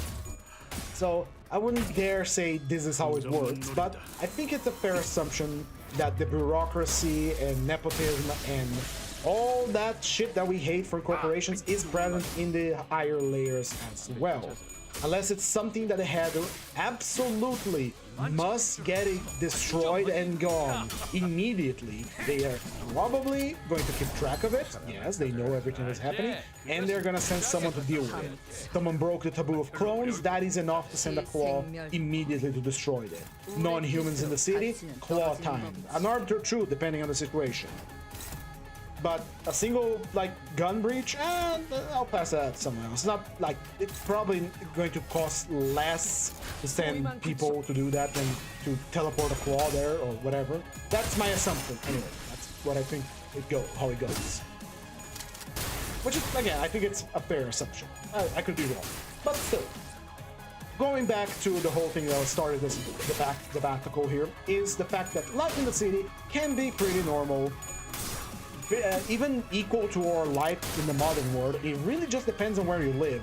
Some nests seem to be a lot more technologically advanced and forgiving. For example, K-Corp. K-Corp, you might see an atrocity or two, or might be part of an atrocity or two, because they need the footage to, you know, to feed the creature, so that the creature will cry. But it is, from what we've seen, a pretty chill nest. It had fried chicken places, it had buzz, it had television, it had drones, it had a very simple checkpoint. It is very much a modern city there. You probably could have a job there. You could work, again, as a supermarket clerk or a restaurant as a chef, etc. Only thing that will happen, because you wouldn't have any way to control, is that sometimes a horrible atrocity might happen, and because K-Corp is recording it, because they need the fuel for the, you know, the crying thing. But as far as it goes, it's pretty civilized. Or you could go to U-Corp and, you know, live life as a fisherman, or a guy that makes fish-based dishes. Sometimes you get some, you know, mermaid jerky to work with, and it kind of looks like a human, but you try not to think about it, and you just fillet it away and fry it. Or you might have gang members busting down your door, and etc., etc. Everything that you can expect from a life of crime, or gangs, organized crime, etc., you can expect in the city, and the same way that you can expect it from corporations and corrupt officials, because they are not immune to that. Alright, 4-3, let's see what we get. We got Eclipse, which is very good, Angel's Cut, which is giving us critical, I guess, and Rupture Blood Sack, which is a tier 3, very good gift. One refresh, please. Garbage refresh. We could use more. We could use the tier 4 Pierce. I think we have enough to fuse it here. The Claydol Cup is good. This is money. This is garbage. This is okay. We don't really use sinking. I guess we can keep all these. We're not struggling about anything right now, so we really don't have to focus. Anyway, sorry. Finishing off the top.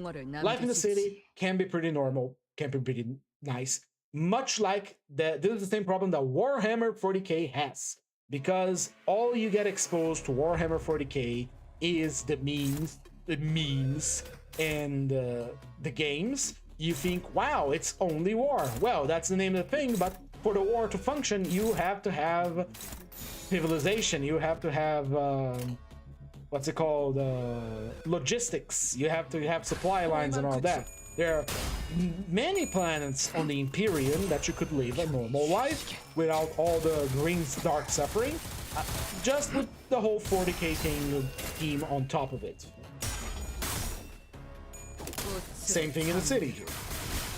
It's because we only get exposed to the more extreme combat-oriented parts of the setting, it gives off the impression that this is the only thing in the setting.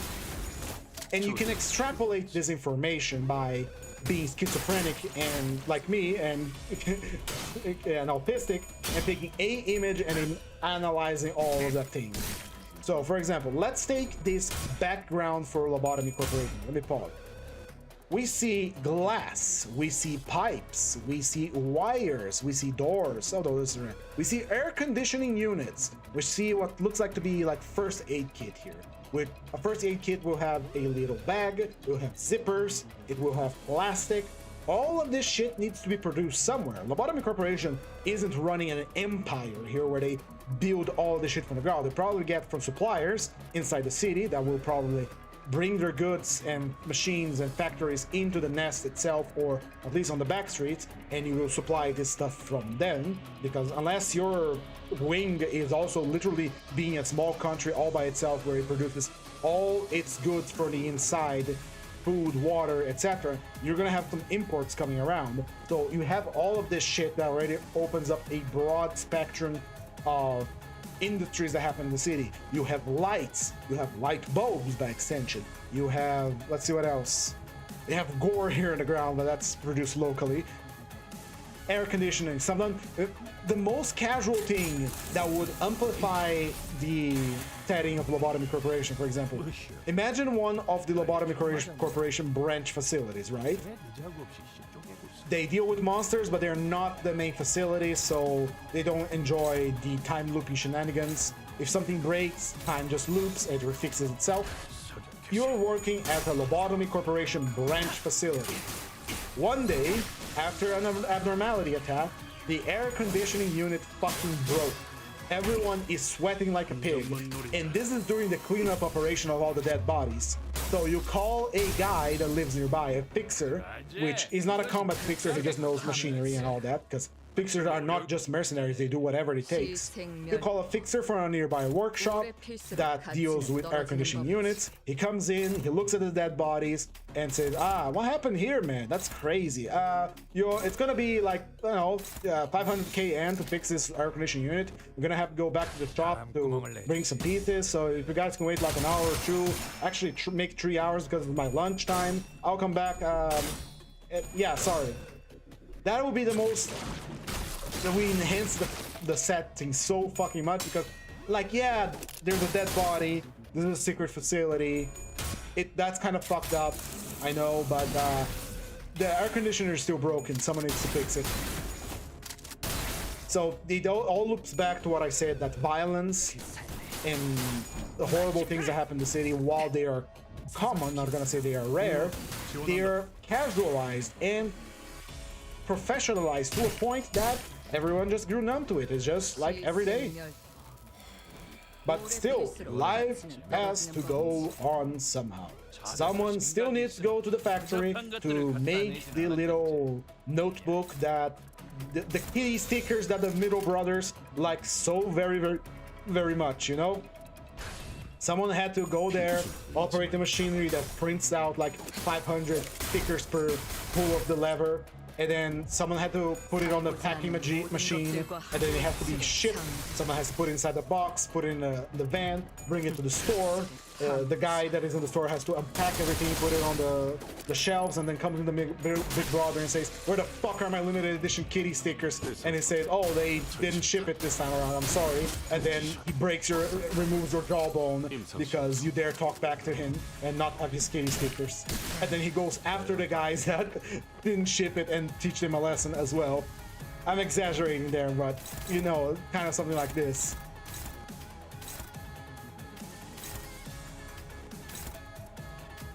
Alright, yapping done. Just consider that there is always more to the setting that meets the initial eye. Even if something that is not planned by the creator or lovely director, it is something that you can extrapolate exists because it has to exist. Unless you're meaning to tell me that every single thing we see in the setting, the backgrounds here, have been scavenged by Lobotomy Corporation, or even worse, produced by Lobotomy Corporation. I don't buy it. So all this shit needs to exist, someone has to make it. Someone had to make that fancy hat that Gregor is wearing. There's someone out there that knows their stuff about, you know, sewing. Sewing. Oh boy, I always end up on these tangents about world building. What can I do? I love the world building a lot, that's why I GM a tabletop.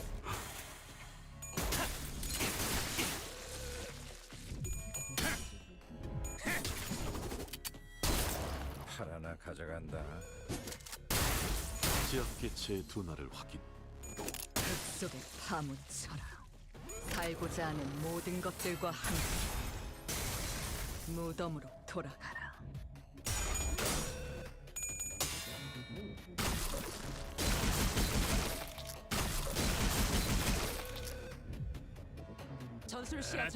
Right. Let me go get some water, because I have been yapping quite a lot. I'll be right back.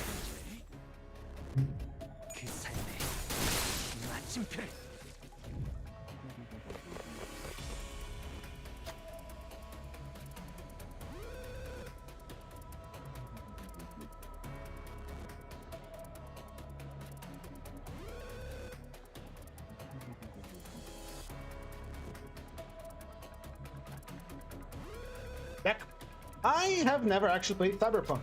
I don't have a computer strong enough to run it. My friend really likes it though. 자, 됐냐? Here my HP. I'm low on HP. This is something I never knew you could do in lobotomy corporation. I didn't know red shields could tank great love for us. I would just have everyone leave the area.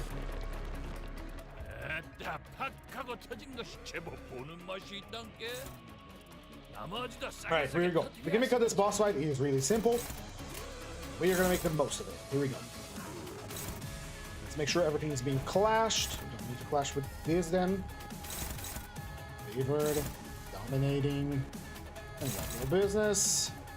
We should focus most of our damage into the body because the body is the part we want to take down. So any attacks that are unopposed will be targeting the body, while he is going to be canceling it with his evade. That looks good to me. Is this thing weak to gloom? Yes, it is fatal to gloom, and we have plenty of gloom skills. Perfection.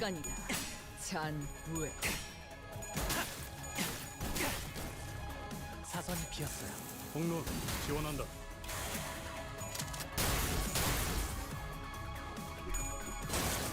Love.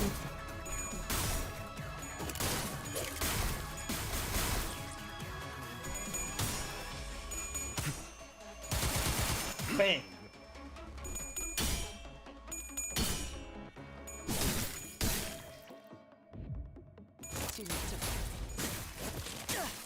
Bar entry.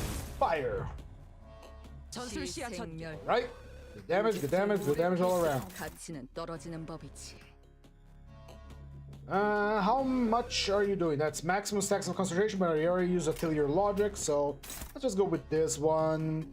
You are flashing here so you can reload. Ryoshu is doing her evade to gain a power up next turn. Let's have these two clash against the arms. Mirso can go for the body together with Sang. That looks good to me. Go, my little creatures.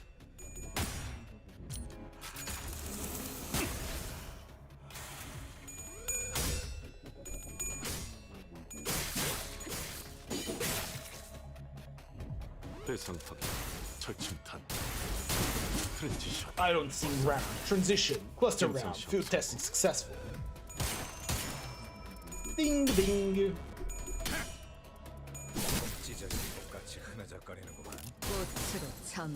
Because they want staggered, it takes the bang bang. Magnificent end because they have 30 petals. Very nice. We're gonna get 10 because of the looking good, looking good. Next turn he's going to do the blaster 1 trillion attack, but have only one attack in the arm to take care of, and so we can clash against its body attacks very nicely. They have Ryoshu prevent him from gaining protection.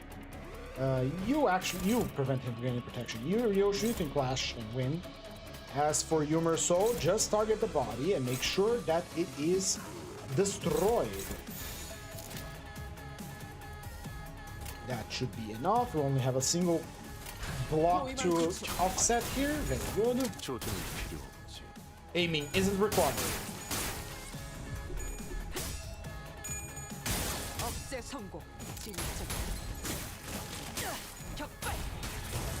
Good. Bang bang. Panning.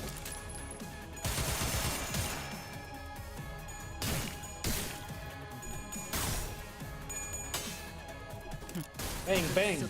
And that is it for this very fun boss fight. I like the lobotomy fights. They're fun. We should get more then. Walpurgis is coming, right? Alright, we can get extra bleed protection and this one. Right, floor 4. We have the option between the whale, the lupo, and the fish and crawling abyss, which is not fun because we're gonna get the whale and Pequod Town. So we are gonna avoid that, and we're gonna avoid sinking the luge.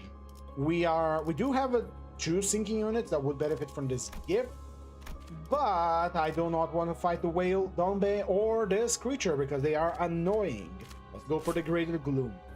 That is the choice given to us by the game, and since we can't reroll, we are stuck with these choices. Let's go for the big combat. We have a 14, they have been healed.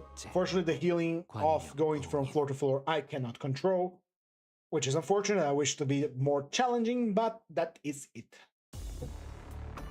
It is the fishes! We're gonna go sleep with the fishes. And you go. Evade. 필중 의지만 있다면 Never understood the expression bullseye. Are bullseyes small? I don't know. Why is the origin of the expression bullseye? 대상 확인. 철칙. Alright, AI Sloth, tell me. Alright, I'm gonna go on Wikipedia. Fuck you, AI. I'm gonna use it for Wikipedia. Alright. The bullseye, or bullseye, has since 1833 been the name for the center of a target, and by extension, since 1857, has been given to any throw, toss, or shot that hits the center. Etymology. That's big bullet boy time? Yes, that's big bullet boy time. Target marked, and go. Big bullet boy time. The term bullseye had been used since the Middle Ages to describe a hole, in particular where the breadth and thickness of the evidence was much larger than the hole. In the sense, it was commonly used to describe the punctile mark on a medieval ground glass windows where a blob, bullion from the French boule, of molten glass was attached to a pole and spun rapidly to flatten it out into a large disc from which windows were cut. The center was much thicker, with a small divot where the pole was attached, and this was referred to as the bullseye. The bullseye was too dense for making windows, but often used for making crown glass lenses or deck prisms in ships to let in light to hold below deck, and there were also called bullseyes. By extension, police lanterns with lenses for focusing light into a spot became known as bullseyes.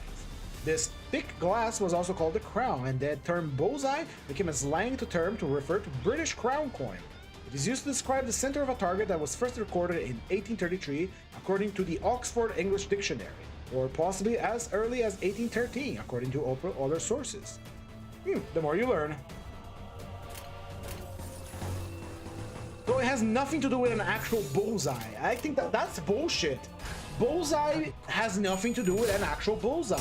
I always thought it was because the bull's eye was kind of small, but no. Huh. Come on, my bulletlings, kill them faster!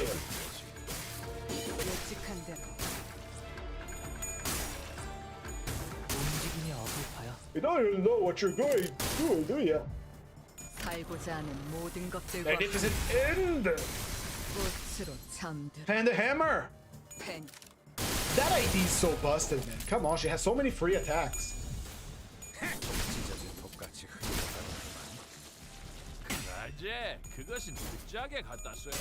Take the shot, Luke!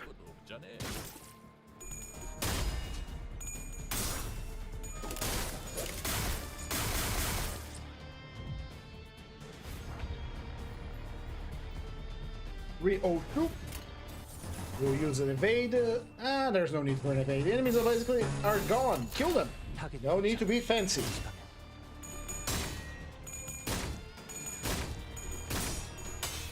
Oh my. Oh my.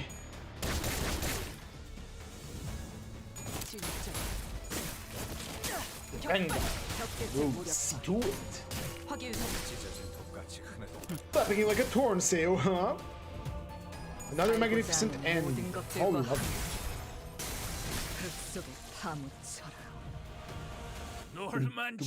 Cut the music at the best moment.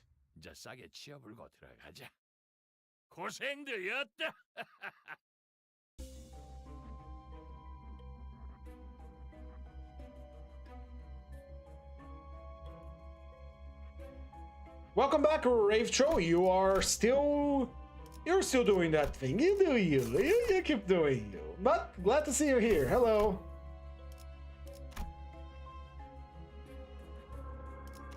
that, we don't have any much choices here other than chain combat, so let's get going. It is a shame because in chain combats we don't really get to play the gimmicks of these IDs.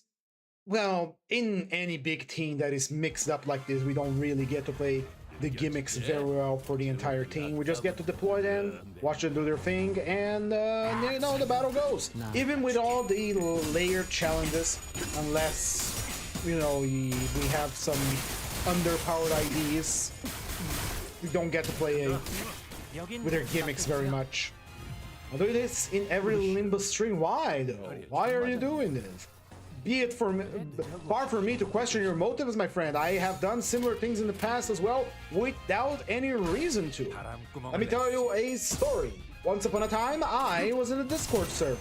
The context of the server will never be revealed on the stream, mind you, but one day, I have decided there was a particular user that, I wouldn't say I didn't like it, this user posted a lot of stuff that I really didn't care for. Not that I disliked him or anything, but one day I woke up and I decided I am going to react every post this user makes. Reason? None. I just decided I'm gonna shrimp them. I literally reacted to every single image, every single message, every single thing that that user did with a shrimp emoji. Again, there was no hidden meaning behind it, because there are many emojis that have no meaning whatsoever that exist, that there really isn't no point for them. Like, where are you gonna use a shrimp emoji?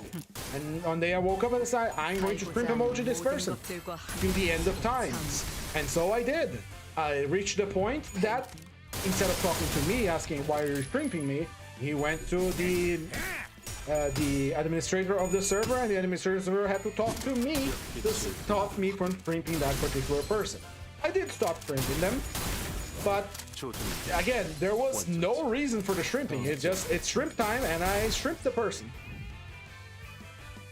Speaking of shrimps, there is a game that I will stream at one point in the future, very soon, maybe once I have more time, that has everything to do with shrimps. I'm going to stream Voices of the Void at some point, because it's a fun game. I played it before, but not far too much, and it is a really good time. I wish the game was released so I could properly buy it instead of playing the free version, but still, very fun. The very good fun spooking game. Been playing more Gloomwood as of late as well. I have recently, well, uploaded a video which I'm going to make public right now, so you can see on my channel, of me doing something in Gloomwood. There is no face for me, there's no voice, it's just me doing a thing in Gloomwood. And, well, it's just that, there's nothing else, it's just a funny little video. Just doing immersive simulation stuff, you know? Because I realized that I am a bit of a meat-headed individual when it comes to immersive simulators. Because when the immersive simulator gives me a shotgun and ammo, it's not really a matter I'm going to stealth inside the place. It's more like, why shouldn't I just shoot everyone and then explore the place without having to skulk around, you know? So what I've been doing in Gloomwood, which is again an incredibly immersive simulator, I really like it, is I enter a new area, I find the first enemy, I shoot him, I kill him, and then, attracted by the sound of gunfire, his other friends all come around from their patrols because they're patrolling a place or something, and they try to kill me. I end up shooting them as well. The noise attracts more enemies, but eventually they run out of enemies. And as far as I know, these enemies do not respawn. And so, eventually, after playing a boomer shooter for a little bit with his enemies, there's no more enemies in the stage.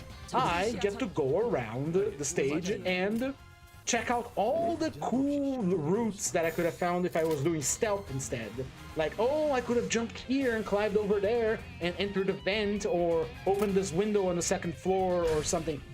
But there's no point for it now because I killed everyone, so there's no point to skulk around unless I want to play a stealth run in the future. I have ammo, I have gun, there's enemies, I'm going to do what comes naturally. Gun, enemy, shoot, bullets, now, murder, death. Ooh, balloon, ew. And then magnificent end. 살고자 하는 모든 것들과 함께 술에 잠. 그라제 그것은 그 짝에 갖다 써. Magnificent end. 어려울 것도 없잖아. How's your bullets, Honglu? You're good on bullets.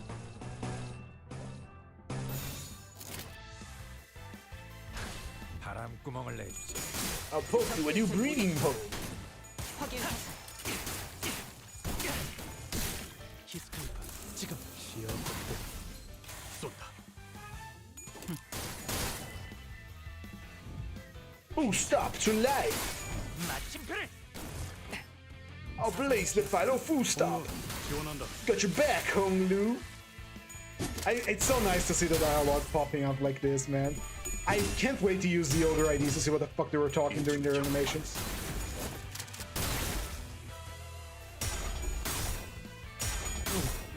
My back's hurting. I'm getting old. 팽.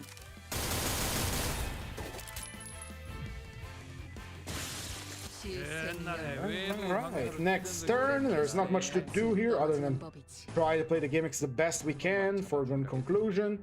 How are you with? You are ready to pop that bullet with full maximum power. Go right ahead, Greg. Pop that magical bullet of yours. Bang, bang. 적절났다고. Magnificent end. She gets so many free attacks, man. It's insane. 무덤으로 돌아. She's really good at crowd control. Both of them are. Both Merso and Hiroshi for that wall because are good at crowd control.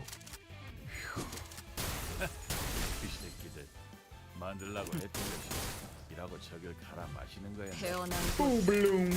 돌아.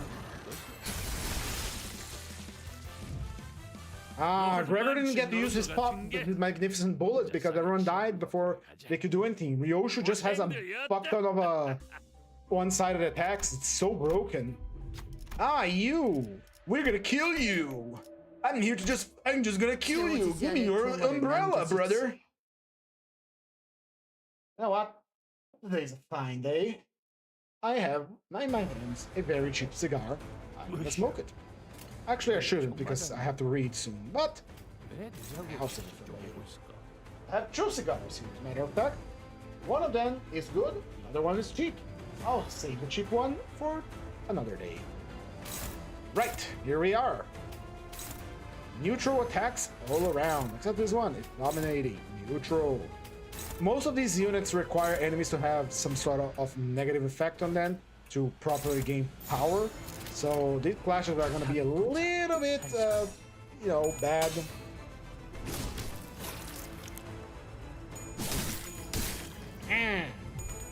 That's a decent bleed count. Holy shit, Gregor.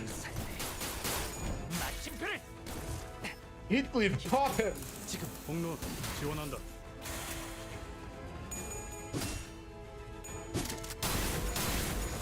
조준이 필요 없지.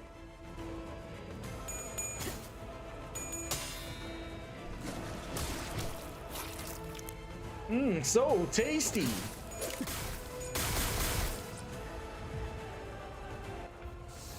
Here we go. Second turn. We have some burn on ya. We have some bleed on ya. So our flashes are getting better.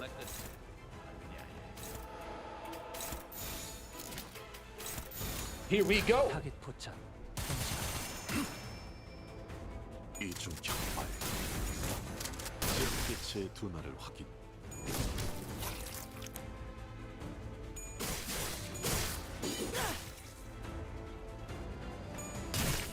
Negotiation start.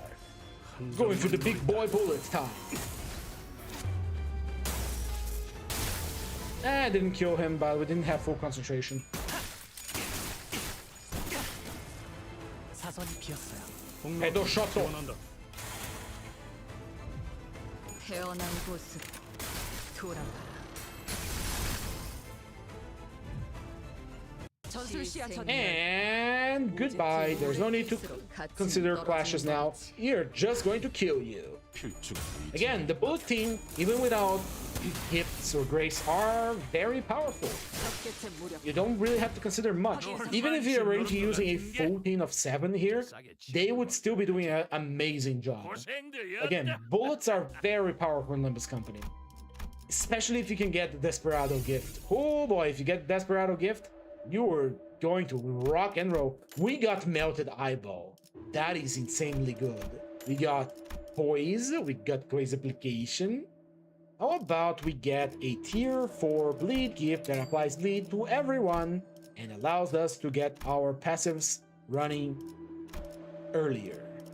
How about that? We can use this. Turn it into a rock and then turn it into something good. Let's see, we're at the end of the dungeon so I can ditch some of these. And now we have Red Stained Ghost Sepium, which gives every enemy a 20 bleed count. I just heard a horrible screech coming from the outside.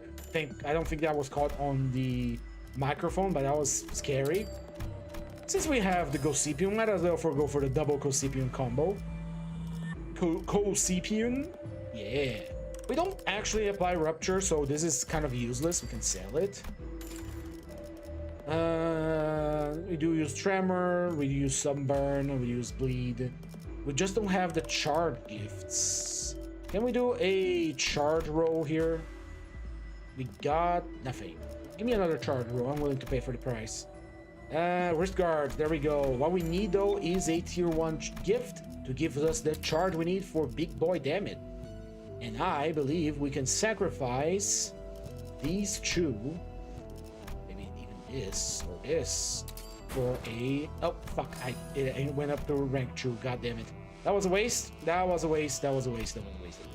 Can't use it. Ooh, almost broke my own rules. Almost broke my own rules. There we go. We got what we need. We got what we need. And now we're powered up. We're gonna sell some of this crap. We have way too many healing gifts right now, actually. What the fuck? La la la la la la. Can sell this.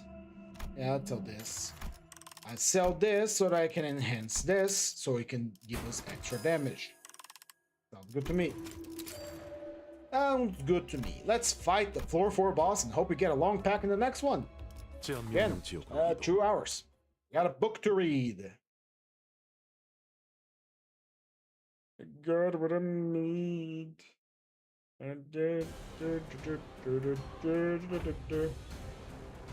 It's Glupo! Hello, Glupo. You are a pathetic creature, and so I am going to rip you asunder. I don't want you to gain that protection. You know what? I don't think you deserve it. You don't deserve true protection. Who said you could have that? Stop right now. 억제 성공. 진짜. 격발. Ooh. Ah. Merso. There we go. Good. Good Merso. 트랜지션 임상시험 성공.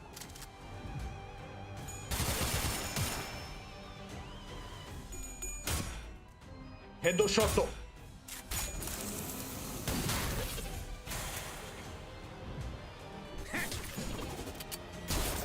팔 하나 가져간다. Let me blast that arm off of you. I didn't realize he was so evil. 쏠수 있죠? 쏴야 할 때. Time to take the shot. 전술 시야 전. 오제트의 눈으로. And now your offense level is lowered.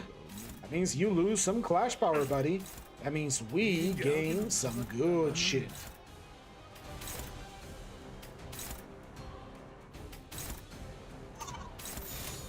나가주게.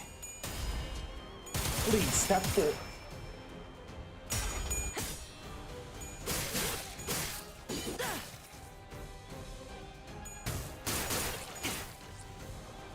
Love how in skill 1 he just gets really close to Glupo and just unloads. Oh yeah, I didn't realize. Oh my god, that's a new effect. Look at his eyes. He actually is crying. That is a new effect. That's crazy. I don't think that's for anything that we apply to him. I think, unless it's shot fracture. But I never seen this little cry effect. 화끈한 맛이 아주 딱이야. Is it for shot fracture? I think it is. Never mind then. It did look like he was crying though. It did look. All right, the pathetic creature is on his last breath, so let's just finish him off.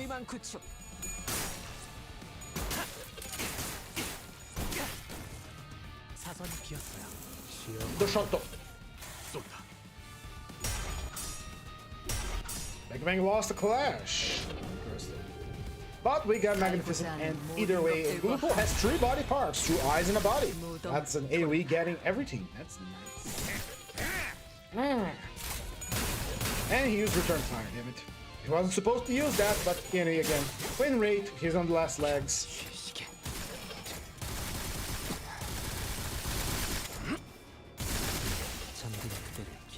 Reloaded. And the boss has been utterly annihilated because Lupo is a pathetic creature. And we do not care for him. Let's get our cost, and let's see what awaits us. Choose your power-ups. I'll take Clash Power and HP. Final round. We got Tangling Lust, got Textbook, and we got Murder on the Warp. I much prefer Murder on the Warp. We have plenty of good damage dealers, so Murder on the Warp it is. I don't want to go for Textbook because I find fighting the Moth to be incredibly annoying. Lend a sinner to assist as the W Corp personnel. Who shall step forth? Go, Heathcliff. 자, 됐냐? Heathcliff with his gun, he steps in and fights. 총은 수지 타산에 맞게. He brought a gun to a 한 발에 train. 한 놈씩.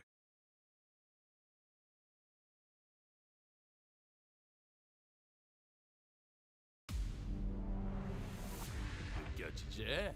저것들이 아까부터 어르렁대니까 딱 사냥하기 좋은 상태야. 그치? Here we go. It's the blood bags. Speaking of blood bags, I'm gonna have to get very familiar with their kit soon enough because they're gonna make an appearance in my tabletop. I didn't take a look at it actually. Charge, bleed, 5/5. That's only 5 + 5. Good. 5/4/4. 5/4/4. Passives. Gain 1 bleed counter time this unit is heat. Consumes 3 bleed count on top of the game. Coagulated blood. Return stack of bleed. Damage turn each effect on true offense level next turn. Deal take them. Oh, I can take that. You are on low sanity, my brother.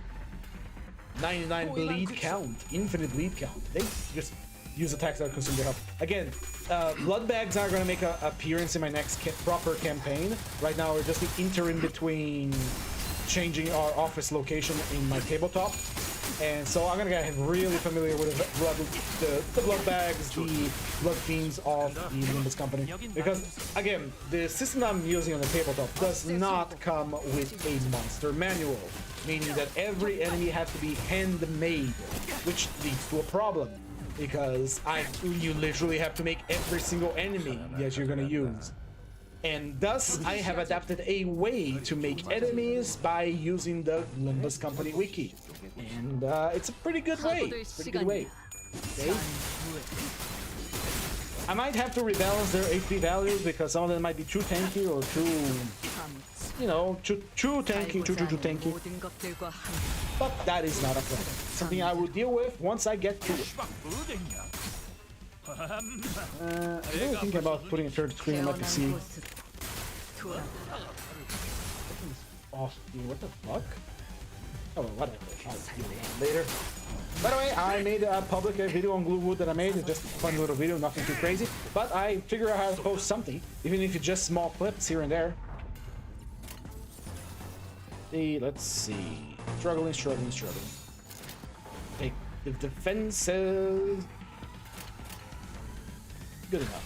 타겟 포착. 한시. 대상 확인. I just singled out that guy, I see.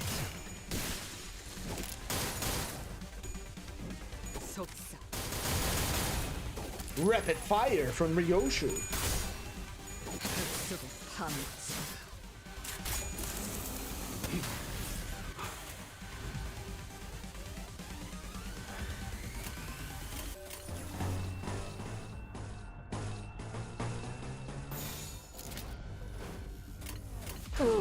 보이만 구축. I'm very sleepy today. I didn't do that many things today. Probably all the sugar we ate from the cake. 트랜지션. We probably had like you know, a high from the sugar and then we went down. 이제 그것은 시작에 갖다 써야지. 살고자 하는 Magnificent end. 무덤으로 돌아가라.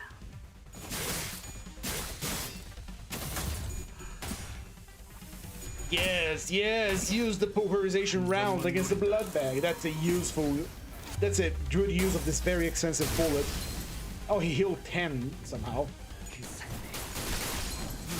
Oh, that didn't matter. Tag team combo. Then another headshot bullet. Yeah, another kill. Oh, balloon. 이만 챙길 줄 알았으면 빨리 좀 하지 그랬냐?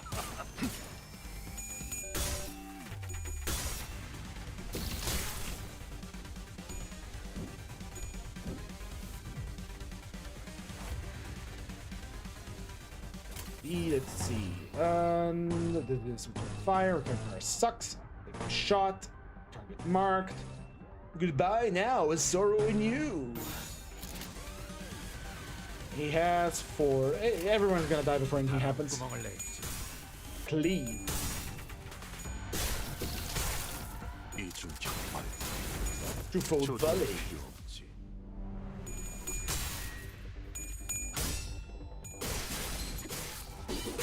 Again, I like all this Ujet, but I just think it's not really that special. It's just kind of there. It falls under the same category as Ufi Heathcliff, you know. It exists, but it doesn't have anything special. It doesn't bring anything special to the table. And I'm not saying every ID has to come with some crazy gimmick that requires 3 pages of reading to understand. It's just that it really doesn't offer anything special. 이제 싸게 치워불고 들어가. It'll just hit someone with bullet and they take sinking. They're there.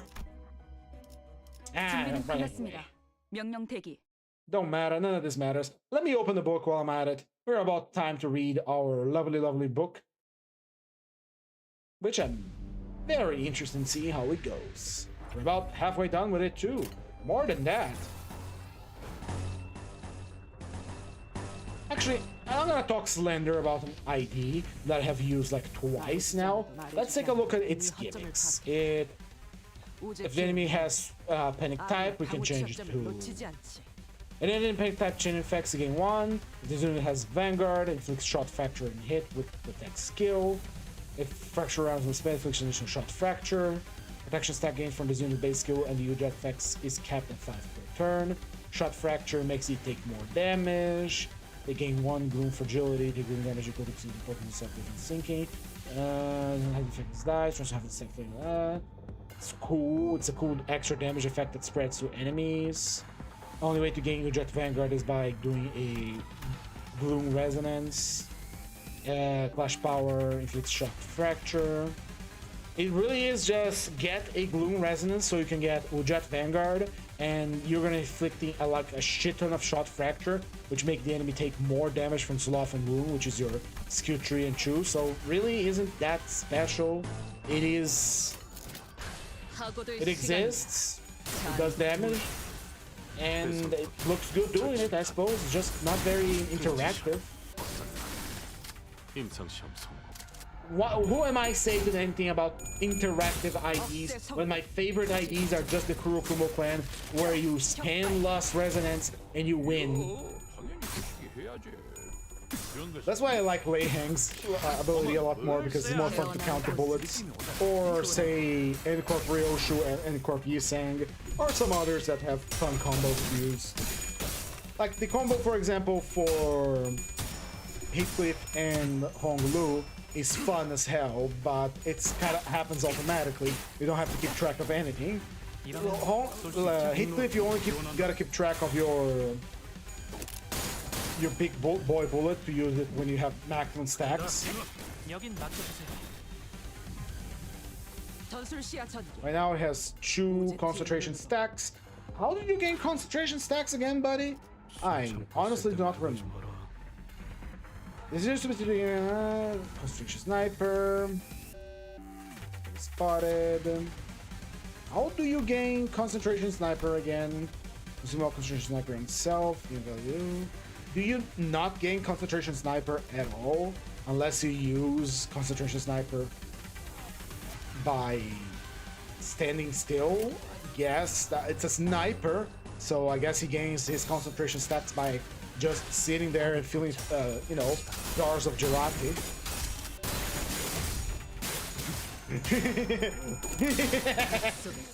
But imagine we now have the facade system. Imagine we do like a crossover or a collaboration with Valve and we get TF2 sniper facade for the Heathcliff ID. I mean, it's Australian, I guess. Australian and British slangs are, you know, our accents are very similar, kind of, maybe. I am slandering both cultures right now. I'm sorry. You got all the stacks now. Very good. That means you're ready to use your big boy bullet. 조준이 필요 없지. 속삭.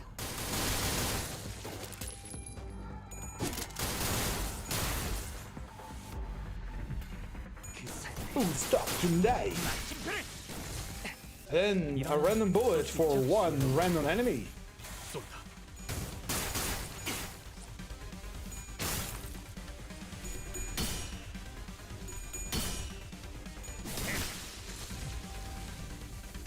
Is the big boy bullet ready? No, big boy bullet is still in the holster. Let's keep that in your pants then. 2 more enemies to fight. Page 247 of the book. We still have to beat Cassetti, so I'm gonna go ahead of myself, but here we go.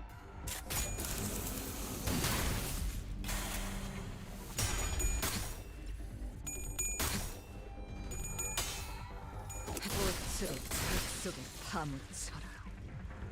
살고자 하는 모든 것들과 꽃으로 잠들어. 펜. 편히 쉬시게.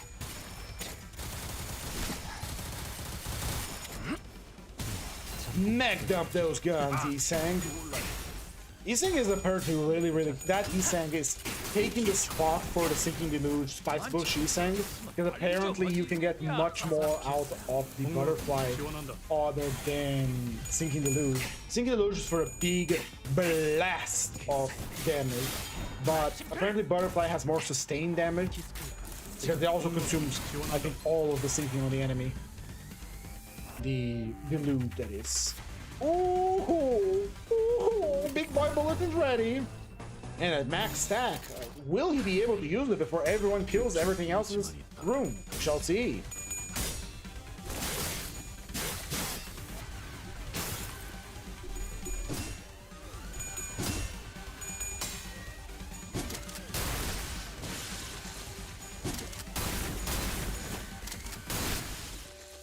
Yeah, we get to see the big boy bullet.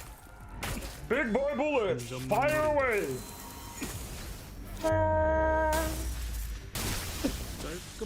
Wasn't that much.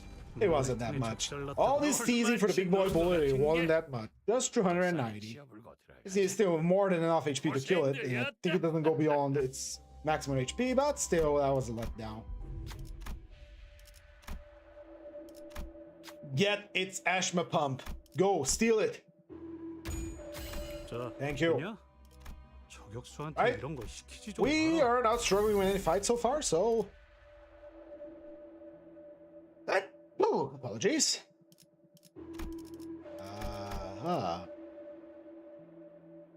There is not much we can do here, honestly. We can get Bloody Gadget. That is extra damage. Yeah, extra damage is nice. I like extra damage. We can also try fusing for the tier 4 Pierce gift, which would make us incredibly powerful because we are at the end of the dungeon, so we can throw some stuff away. Like this. Here we get the Dueling Manual, which gives us good clash power. We are good to go. Let's enhance the nebulizer so we can get more points and everyone gets a little bit of points. And we can get the lowest star that gives us sanity drain on a pride hit. And we do have a few pride attacks, courtesy of Honglu and Heathcliff, and a few 채워지지 others 않을 too. 공허를 남겨주지. Very nice, very nice. We're almost at the end. The bulletin has performed exceptionally well in our dungeon, even with all the rules attached to our runs here. So just go to show that they are very powerful. They just are very powerful. There's nothing much to say here. They hit good and they strike hard. 하고들 시간이다. 잔무에.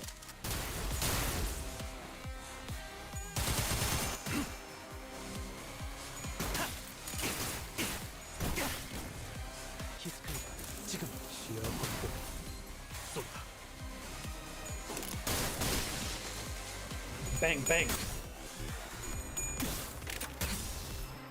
태어난 곳으로 돌아가라.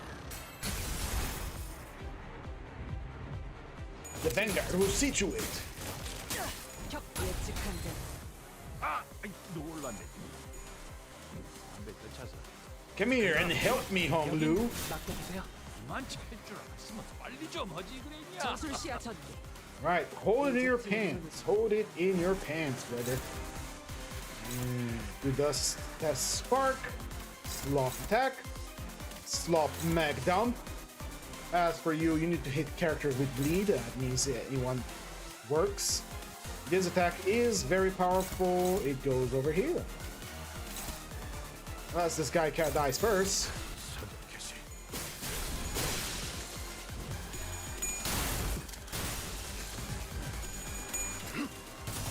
Mag dump.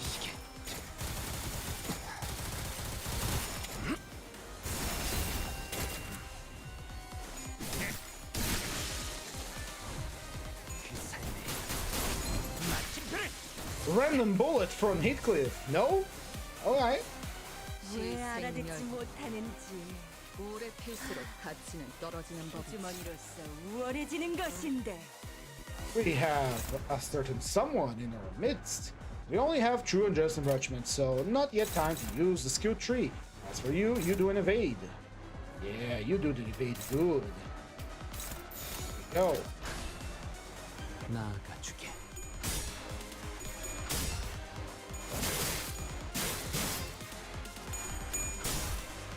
I just think of this, what type of stuff would people actually consider it insane stuff? Most likely anything to do with abnormalities because they're new. Anything that breaks the usual, you know?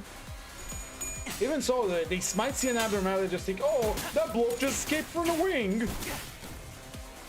It's like a dog that just escaped from the kennel.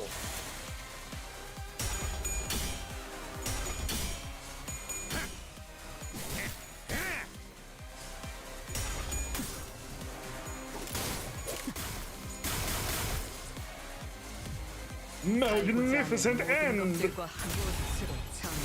I just like the name of the skill. It's a really cool name for a skill. Magnificent End.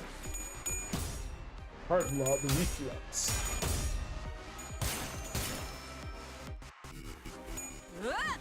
모자란 피를 채우자고. 어머죠. 여긴 맡겨주세요. Alright. Big boy bullet, not time yet. That is a red coin. I want to mess with that. No sir, no how. How are you doing with your unjust thing? Good. We have the full damage bonus ready to rock. New space power for every count of self? I'm not interested. Now I'm not gonna give you a chance to use it either. You are going to get shot. And shot repeatedly. 하고들 시간이다. 잔무에.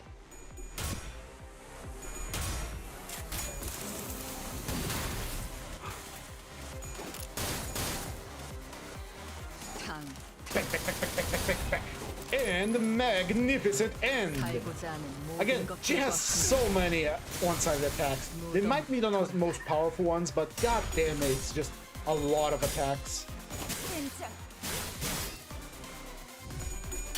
Here comes the unjust enrichment.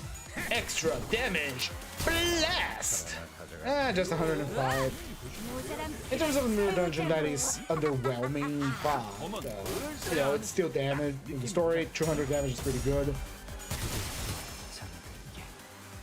전술 시야 전개. 오제트 운명을 근데 패야도 되지? We got a handle, lay hang. You can go smoke your cigar. I wish I was doing the same. I should have started earlier. 잔무에 Now he's gonna stagger you, Sasha. Then we're gonna deal with your. Oh, it doesn't stagger because again, white will seat you. Haha, funny. Link's tremor is useless. Unless we brought Honglu Cavernous Wailing, which I don't think we did. I should have considered that. That is my bad. If we have Cavernous Wailing, our Tremor Burst would be doing damage. What a fool I am, we just did the Tremor episode, and I didn't pay attention to that. We have 2 units that do Tremor here. We could be doing crazy damage, but we don't have Cavernous Wailing. What a fool I am. A lesson to be learned for next time. Honglu has Cavernous Wailing. Cavernous Wailing allows for Tremor Reverb to be used. And we have 2 envy Tremor units. We could have used that, but we didn't. Foolishness. Foolishness, G4. Foolishness. Absolute foolishness. Right now, our Tremor Bursts are doing nothing because they're just raising the stagger bar. They could be doing damage and raising the stagger bar at the same time. Foolishness. And then we would be using Bleed, Burn, Sinking, Poise, and Tremor to its maximum effectiveness. All we needed was Honglu's Ego equipped.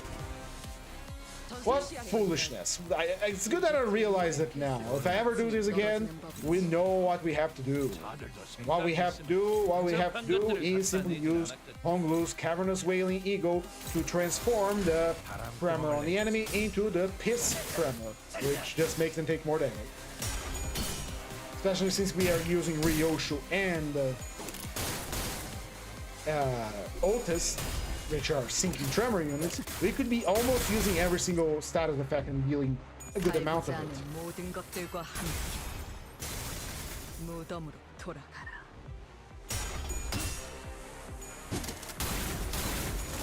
조정이 필요 없지. I feel silly. I didn't choose my ego's consciously. That was a failure of my end. Don't let this be your fate. Consider your teammate that you're going to be using. Now he's going to do his funny attack. That's right, the funny attack. Some characters can evade, others can't. Most characters can evade, others will just have to fight it. 사고될 시간이다. 잔무에 나는 진정한 왕으로 군림하는 것이다.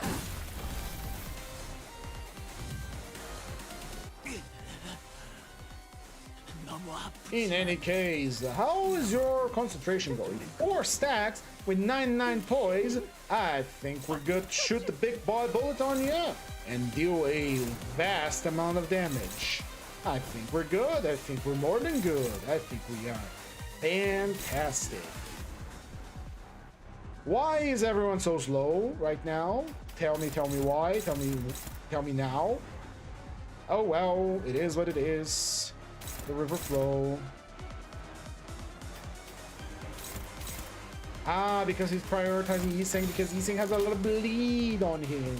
What a silly boy you are, Cassetti. What a silly boy. 사고될 시간이다. 잔무에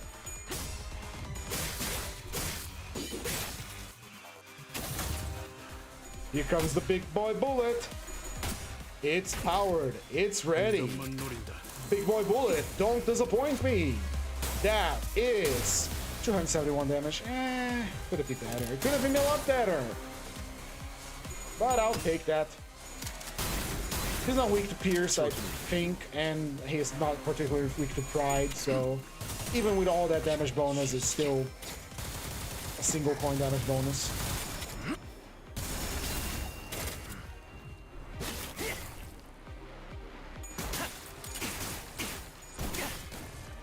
사선이 비었어요. 헤드샷! 지원한다. 펜. Every time she would do that, she would Tremor Burst and would deal damage from Reverb. Ah, how foolish of me. I'm bemoaning a lot about this because goddamn, that would be a good combo. Just a single ego usage from Honglu, and then he would be, you know, he wouldn't do nothing. He would do nothing because he couldn't do nothing. You get ego burst, you get the tremor of yellow, and you get damage every time you tremor burst, which we do that a lot. 살고자 하는 모든 것들과 함께 Ah, it would have been extra 29 damage. 돌아가라.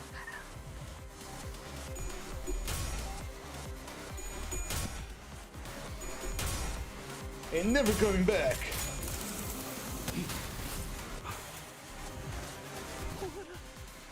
이것이 진정한 왕자의 행실이다. You cast the spark. 대상 처침 탑 트랜지션 첫번타 임상시험 성공. Not only a strength shotgun, it's using Dragon's Breath. Well, I guess Hornet's Breath shotgun. Hornet's Breath round. If such a thing exists. I guess it does now. And that's time. Cassetti has been defeated, and the gun team is victorious in the mirror dungeon once again. This time with our constraining rules all active. Ryoshu takes the most damage because of course she did. With that amount of extra attacks she has, it really comes as no surprise. And then we have full stop Obster Fixer Heathcliff, which also has 3 attacks as long as Honglu is on the field. The other did adequately. First Mate Krager does fall quite behind because he's not the most amazing ID, to be honest. He has a cool gimmick, but it is not the strongest one. Yiseng is also better suited on a full sinking team rather than a mixed bag that we use today. That is it, ladies and gentlemen, for our daily mirror dungeon. So you know what happens now. We are gonna read our book. So if you're here for Limbus Company gameplay and ID study, now is the time to go, because now we are going to engage in our literary pursuits, also known as nerd shit. We are going to read another chapter of Crime and Punishment by Fyodor Dostoyevsky, that's his name. In any case, let me just collect my earnings from this round of Mirror Dungeon. We're gonna go over here to Rhodia in the Sinners tab. We're gonna put her nice, beautiful face right here for everybody to see. And we're gonna open our book. And where is it? There we go. Book reading window. Here we go. Now, recap time. Less time on Crime and Punishment. Raskolnikov is going through hard times. Not only there is an investigator in his trail that seems to be aware of that he did what he did, especially considering the things he said in an article he wrote a long time ago about special people being able to commit crimes to advance humanity because they are great people, and he believing that he was such an individual, he was able to do that. And then he's having nightmares, he's hallucinating, his anxiety is eating him alive. Many times he thought about telling everyone that he did it, but he didn't. There is no real evidence against Raskolnikov, yet he is paranoid that someone is going to find him out. He doesn't know if the person that he saw claiming him to be a murderer was real or not, but that does not matter. He was meant to meet his mother and sister for a dinner, but instead went home and lay down for an hour. As he was laying down, a strange man entered his room and waited until he woke up. He was pretending to be asleep, and the guy knew it, so the guy just sat there waiting for him to come up. And surprise, surprise, who is that man? Arkady Ivanovich Svidrigailov. Now, who the hell is this? This is the husband of the woman that Raskolnikov's sister worked for, the one that was convinced that his sister was having an affair with this guy, and the woman that died not too long ago. Svidrigailov was the husband and apparently beat her. And why is he here? We're about to find out, because this is part 4 of Crime and Punishment. We are at 247 pages or 467. Let's begin.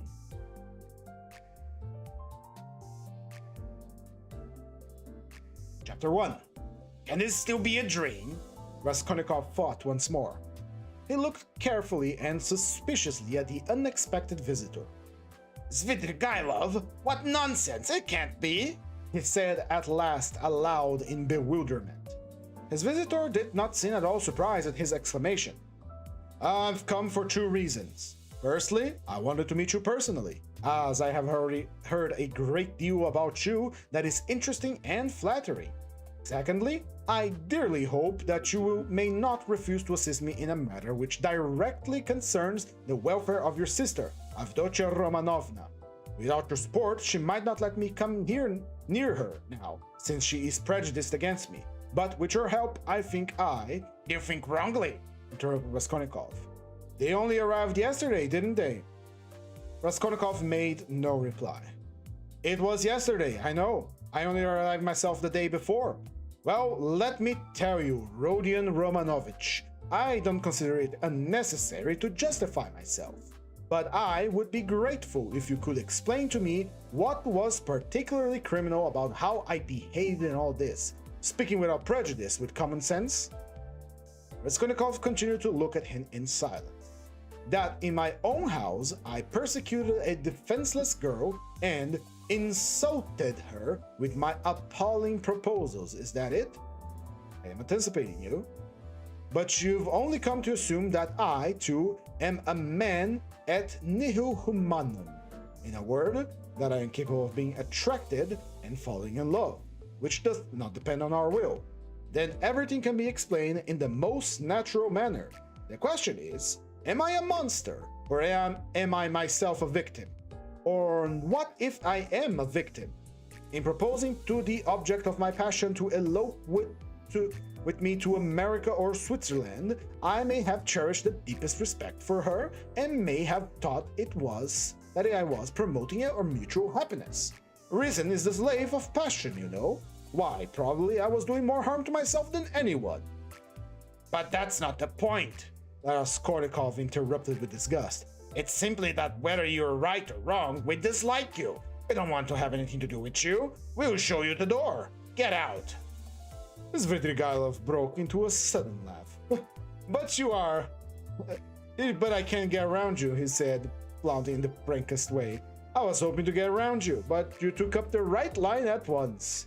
But you're trying to get around me still. What of it? What of it? Cried Svidrigailov, laughing openly. But this is what the French call bonneguerie, and the most innocent form of deception. But still, you have interrupted me. One way or another, I repeat again. There would have never been an unpleasantness except for what happened in the garden, Marfa Petrovna. You got rid of Marfa Petrovna too, so they say, Raskolnikov interrupted rudely. Oh, you heard that too then? Oh, you'd be sure to, though. But as for your question, I really don't know what to say, though my unconscious is quite at rest with that score. Don't suppose that I am in any apprehension about it. All was regular and in order. The medical inquiry diagnosed apoplexy due to bathing immediately after a heavy dinner and a bottle of wine, and indeed it could have proved nothing else. But I'll tell you what I have been thinking to myself recently, on my way here in the train especially. Didn't I contribute to that whole calamity morally, in a way, by my irritation or something of the sort? But I came to the conclusion that that too was out of the question. Raskolnikov laughed. I'm amazed you trouble yourself about it. But what are you laughing at? Only consider I struck her twice with a whip. There were no marks even. Don't regard me as a cynic, please. I am perfectly aware how atrocious it was of me. But I know for certain too that Marfa Petrovna was very likely pleased at my warmth, so to speak. The story of your sister had been wrung out to the last drop. For the last 3 days, Marfa Petrovna had been forced to sit at home. She had nothing to show herself with in the town. Besides, she had bored so much with that letter. Who forgot to mute Limbus? My bad. Besides, she had bored so much with the letter. You heard about her reading the letter. And all of a sudden, those 2 whiplashes fell from heaven. Her first act was to order the carriage to be got out. Not to speak of the fact that there were cases when women are very, very glad to be insulted in spite of all their show of indignation. There are instances of it with everyone. Human beings in general indeed greatly love to be insulted. Have you noticed that? But it's particularly so with women. You might even say it's their only amusement. At one time, Raskolnikov thought of getting up and walking out and thus drawing their interview to a close. But some curiosity and even a sort of carefulness made him linger for a moment. "Are you fond of fighting?" he asked casually. "No, not very," Svidrigailov answered calmly. "And Marfa Petrovna and I scarcely even fought. We lived very harmoniously, and she was always pleased with me. I only used the whip twice in all our 7 years, not counting a third occasion, which was really very ambiguous. The first time was 2 months after our marriage, immediately after we arrived in the country, and the last time was the one we were just speaking about. Did you suppose I was such a monster, such a reactionary, such a slave driver? Ha! Ha! By the way, do you remember Rodion Romanovich, how a few years ago, in those days of timely publicity, a nobleman, forgotten his name, was put to shame everywhere in all the papers for having trashed a German woman in the railway train? You remember? It was in those days, the same year I believe, that the disgraceful action of the age took place. You know, the Egyptian Knights, that public breeding, you remember? The dark eyes, you know, the golden days of our youth. Where are they now? Well, as for the gentleman who trashed the German, I feel no sympathy with him, because after all, what need is there for sympathy? But I must say that there are sometimes such provoking Germans that I don't believe there is a progressive who could quite answer for himself. No one looked at the subject from that point of view then, but that's truly humane point of view, I assure you. After saying this, Svidrigailov broke into a sudden laugh again. Raskolnikov saw clearly that this was a man with a firm purpose in his mind, who was able to keep it to himself. "I expect you've not talked to anyone for several days?" he asked. "Scarcely anyone. I suppose you're wondering at how adaptable a man I am." "Hello, Lucifer's job. I remember your name. Yet, even so, I welcome you to the stream. You caught me during our reading time. We are reading Crime and Punishment. Anyway, I shall continue now. No, I am only wondering at the fact that you are too adaptable." "Because I am not offended at the rudeness of your questions. Is that it? Well, why take offense? As you asked, so I have answered," he replied with a surprising expression of simplicity. "You know, there's hardly anything I take interest in," he went on, as it were dreamily. "Especially now I've nothing to do. You're entirely free to imagine, though, that I am making up to you with a motive. Particularly, as I told you, I want to see your sister about something. But I'll confess frankly, I'm very bored. The last 3 days especially so. I am delighted to see you. Don't be angry, Rodion Romanovich, but you seem somehow to be very strange yourself. Say what you like, there's something wrong with you. And now, too. Not this very minute, I mean, but now generally. Well, I don't scowl. I'm not as much as a bear, you know, as you'd think." Raskolnikov looked gloomily at him. "You're not a bear, perhaps, at all," he said. "In fact, I think you're a man of very good breeding, or at least know on occasion to behave like one." "I'm not particularly interested in anyone's opinion," Svidrigailov answered dryly, and even with a shade of pride. "And therefore, why not be vulgar at times when vulgarity is such a convenient cloak for our climate? And especially if you are naturally inclined that way," he added, laughing again. "But I've heard you have many friends here. You are, as they say, not without connections. What can you want from me, then, unless you have some special purpose?" "That's true. It's true that I have friends here," Svidrigailov admitted, not responding to the main point. "I've met some already. I've been lounging about for the last 3 days, and I've seen them, or they've seen me. That's a matter of course. I'm well dressed and not considered poor.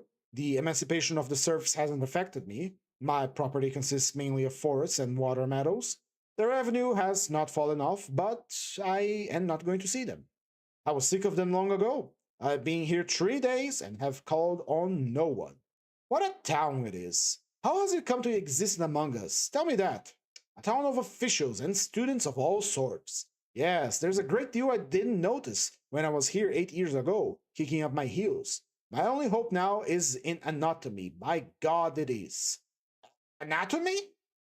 But as for these clubs, dusauts, parades, or progress, indeed it may be, well, all that can go on without me. He went on again without noticing the question. Besides, who wants to be a card cheat? Why, have you been a card cheat then? How could I help being? There was a regular set of us, men of the best society, 8 years ago.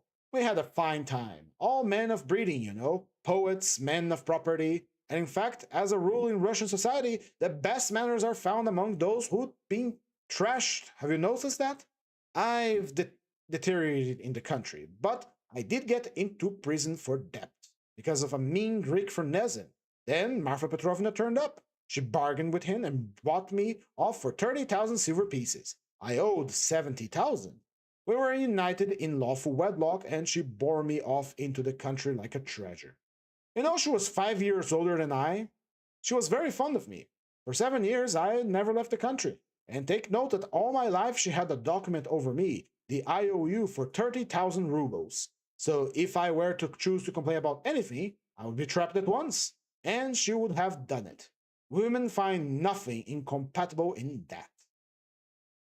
If it had been for that, would you have given her the slip? I don't know what to say. It was scarcely the document that restrained me. I didn't want to go anywhere else. Marfa Petrovna herself invited me to go abroad, seeing I was bored. But I've been abroad before. I always felt sick there. For no reason but the sunrise, the Bay of Naples, the sea. You look at them and it makes you sad. What's most revolting is that you really get fed. No, it's better at home. Here at least you blame others for everything and excuse yourself. I should have gone perhaps on an expedition to the North Pole, because I take wine badly and hate drinking, and there is nothing left but wine. I've tried it, but I've been told Berg is going up in a large balloon next Sunday from the Yusupov Garden and will take up passengers at a fee. Is it true? Why would you go up? No. Oh, no, mutters Svidrigailov, really seeming to be deep in thought. What does he mean? Is he serious? Raskolnikov wondered. No, that document didn't restrain me. Svidrigailov went on meditatively. It was my own doing, not leaving the country, and nearly a year ago Marfa Petrovna gave me back the document on my name day and made me a present of a considerable sum of money, too. She had a fortune, you know. You see how I trust you, Arkady Ivanovich? That was actually her expression. You don't believe she used it? But do you know I managed the estate quite decently? They know me in the neighborhood. I wrote their books, too. Marfa Petrovna approved it at first, but afterwards she was afraid I was overstudy. You seem to be missing Marfa Petrovna very much. Missing her? Perhaps. Really, perhaps I am. And by the way, do you believe in ghosts? What, ghosts? Why, ordinary ghosts. Do you believe in them? Perhaps not, to please you. I wouldn't say no exactly. Do you see them? Svidrigailov looked at him rather oddly. Marfa Petrovna is pleased to visit me, he said, twisting his mouth into a strange smile. What do you mean she's pleased to visit you? She has been 3 times. I saw her first on the very day of the funeral, an hour after she was buried. It was the day before I left to come here. The second time was the day before yesterday at daybreak, on the journey at the station of Malaya Vishera. And the third time was 2 hours ago, the room where I am staying. I was alone. Were you awake? Absolutely. I was wide awake every time. She comes, speaks to me for a minute, and goes out the door. Always at the door. Can almost hear her.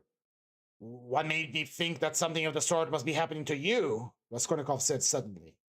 At the same moment, he was surprised at having said it. He was extremely excited. What? Did you think so? Svidrigailov asked in astonishment. Did you really? Didn't I say there was something in common between us? You never said so, Raskolnikov cried sharply when with heat. Didn't I? No! I thought I did. Well, when I came in and I saw you lying with your eyes shut, pretending, I said to myself at once, here's the man. What do you mean? What do you mean, the man? What are you talking about? Cried Raskolnikov. What do I mean? I really don't know. Svidrigailov muttered ingenuously, as though he too were puzzled. For a minute, they were silent. They stared in each other's faces. "Oh, nonsense!" Raskolnikov shouted with vexation. "What does she say when she comes to you?" "She? Would you believe it? She talks of the silliest trifles, and man is a strange creature. It makes me angry. The first time she came in, and I was tired, you know, the funeral service, the funeral ceremony, the lunch afterwards, and at last I was left alone in my study. I lit a cigar and began to think. She came in at the door. "You've been so busy today, Arkady Ivanovich, you forgot to wind the dining room clock," she said. "All those 7 years I've wound that clock every week.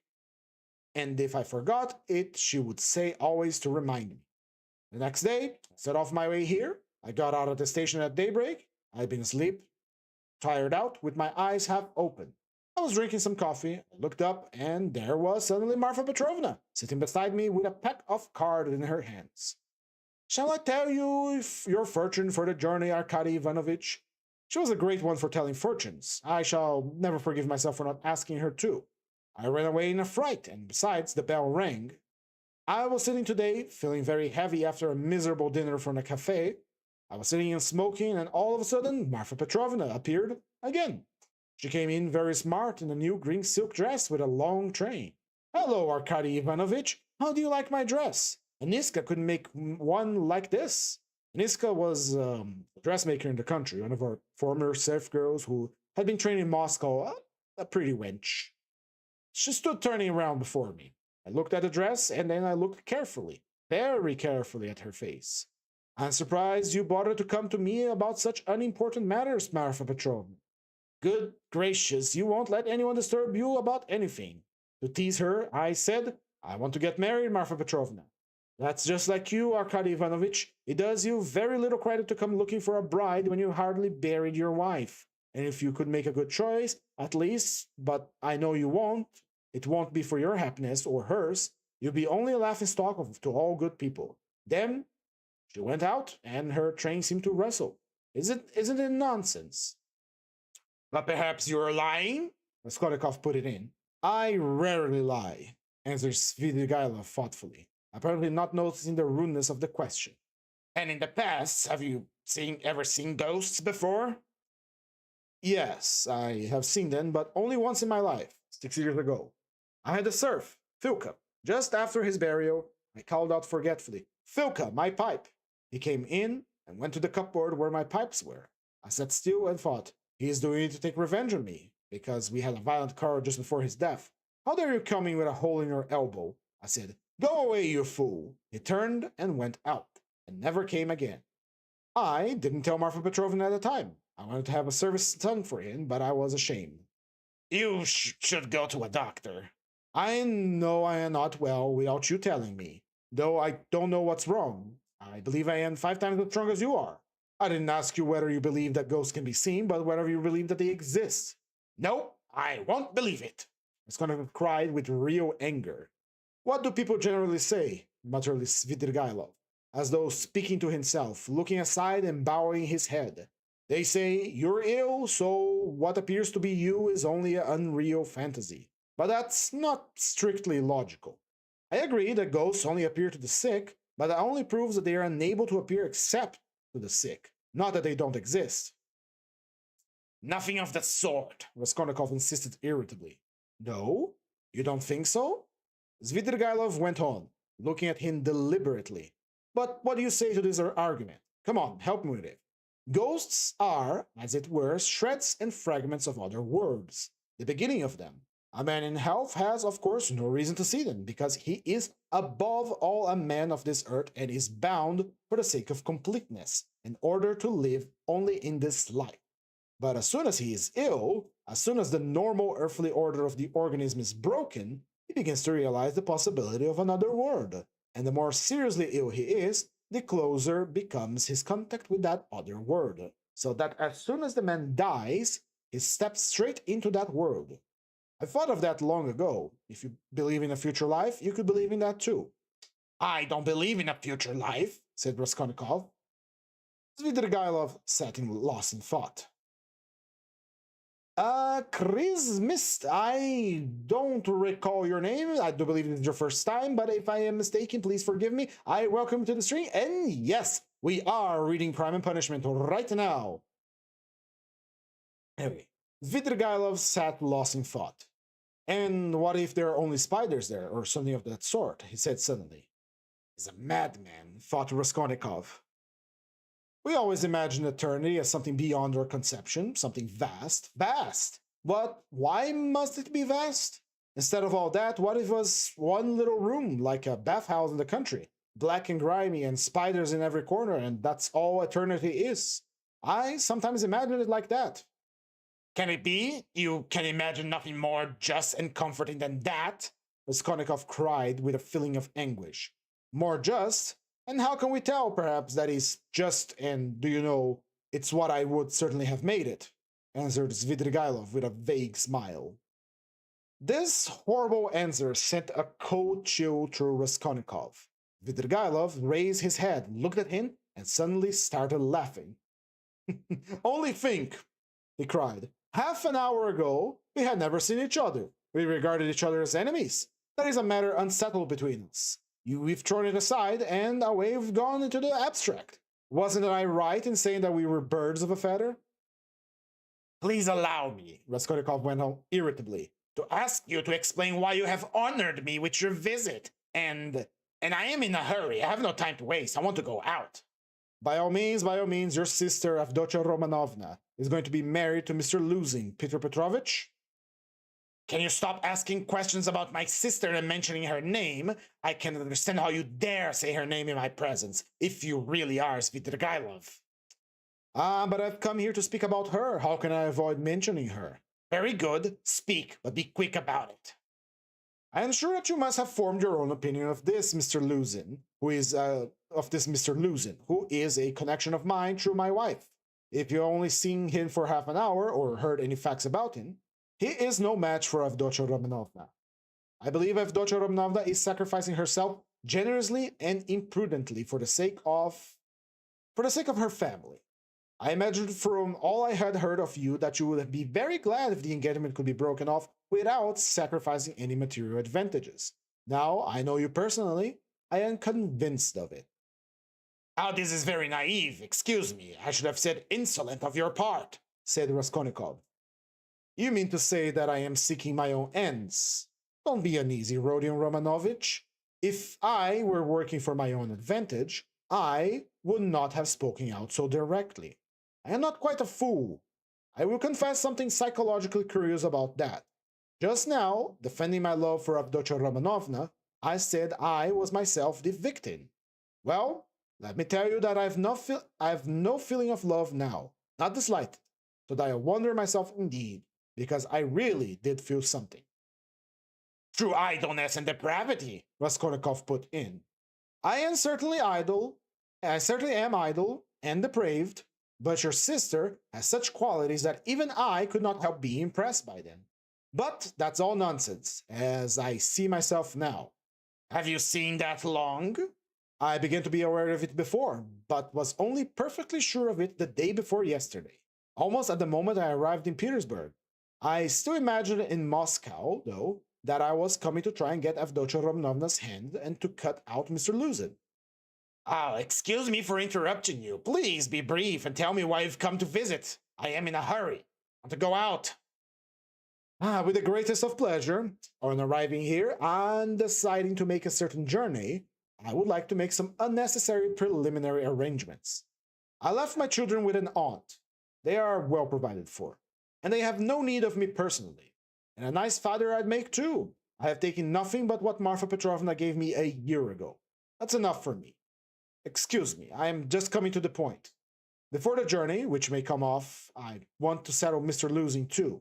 It's not that I hate him so much, but it was because of him that I quarreled with Marfa Petrovna when I learned that she had served up this marriage. I would now like to see Avdotya Romanovna through your mediation, and, if you like, in your presence, to explain to her that in the first place she will never gain anything but harm from Mr. Losing. Then, begging her pardon for all past unpleasantness, to make her a present of 10,000 rubles and so assist the rupture with Mr. Losing. A rupture to which I believe she is herself not disinclined if she could find some way of achieving it. "You are absolutely insane!" cried Raskolnikov, not so much angered as astonished. "How dare you talk like that?" I knew you would scream at me, but in the first place, though I am not rich, this 10,000 rubles is perfectly free. I have absolutely no need of it. If Avdotya Romanovna does not accept it, I shall waste it in some more foolish way. That's the first thing. Secondly, my conscience is perfectly at ease. I'm not making the offer with any ulterior motive. You may not believe it, but in the end, Avdotya Romanovna and you will know.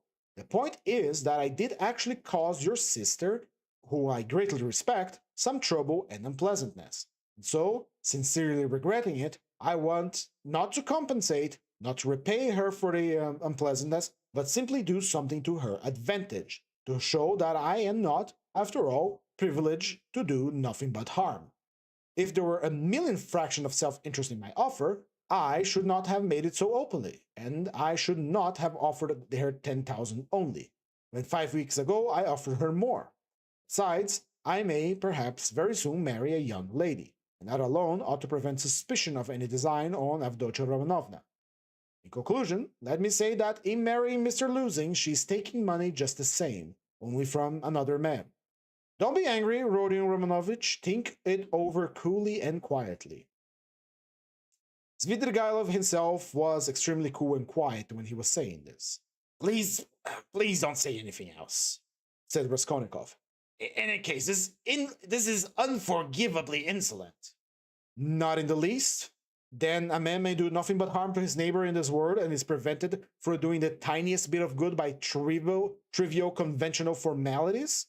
That's absurd. If I died, for instance, and left that son to your sister in my will, surely she wouldn't refuse it. Very likely she would. Oh no, she would not. If you refuse it, so be it, though 10,000 rubles is a wonderful thing to have on occasion. In any case, please repeat what I have said to Avdotya Romanovna. No, I won't. That case, Rodion Romanovich, I shall be obliged to try and see her myself and worry her by doing so. And if I do tell her, will you not try to see her? I don't really know what to say. I would like very much to see her once more. Don't hope for it.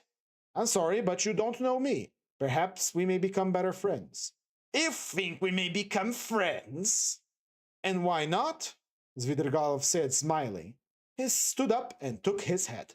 I did really intend to disturb you, and I came here without thinking. I would, though I was very struck by your face this morning. Where did you see me this morning? Raskolnikov asked uneasily. I saw you by chance. I keep thinking we have something in common. But don't be uneasy. I'm not intrusive. I used to get on all right with card cheats, and I never bored Prince Svirbey, a great nobleman who is a distant relation of mine. And I could write about Raphael's Madonna in Madame Prilukov's album. And I never left Marfa Petrovna's side for 7 years.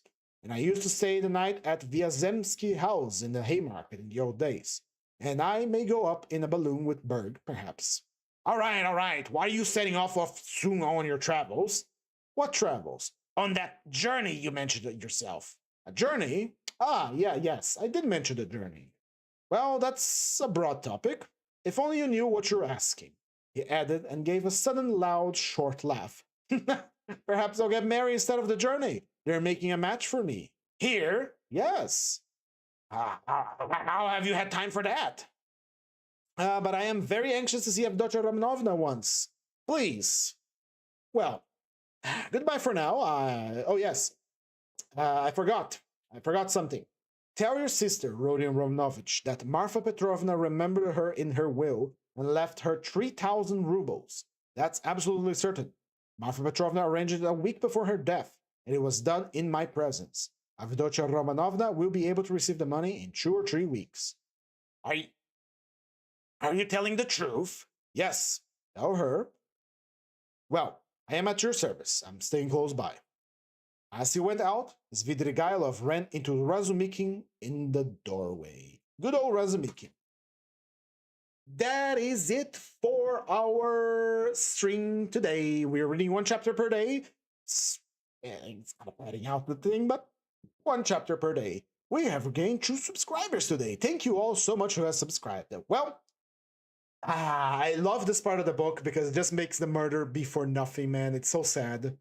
That anxiety is gonna eat Raskolnikov alive.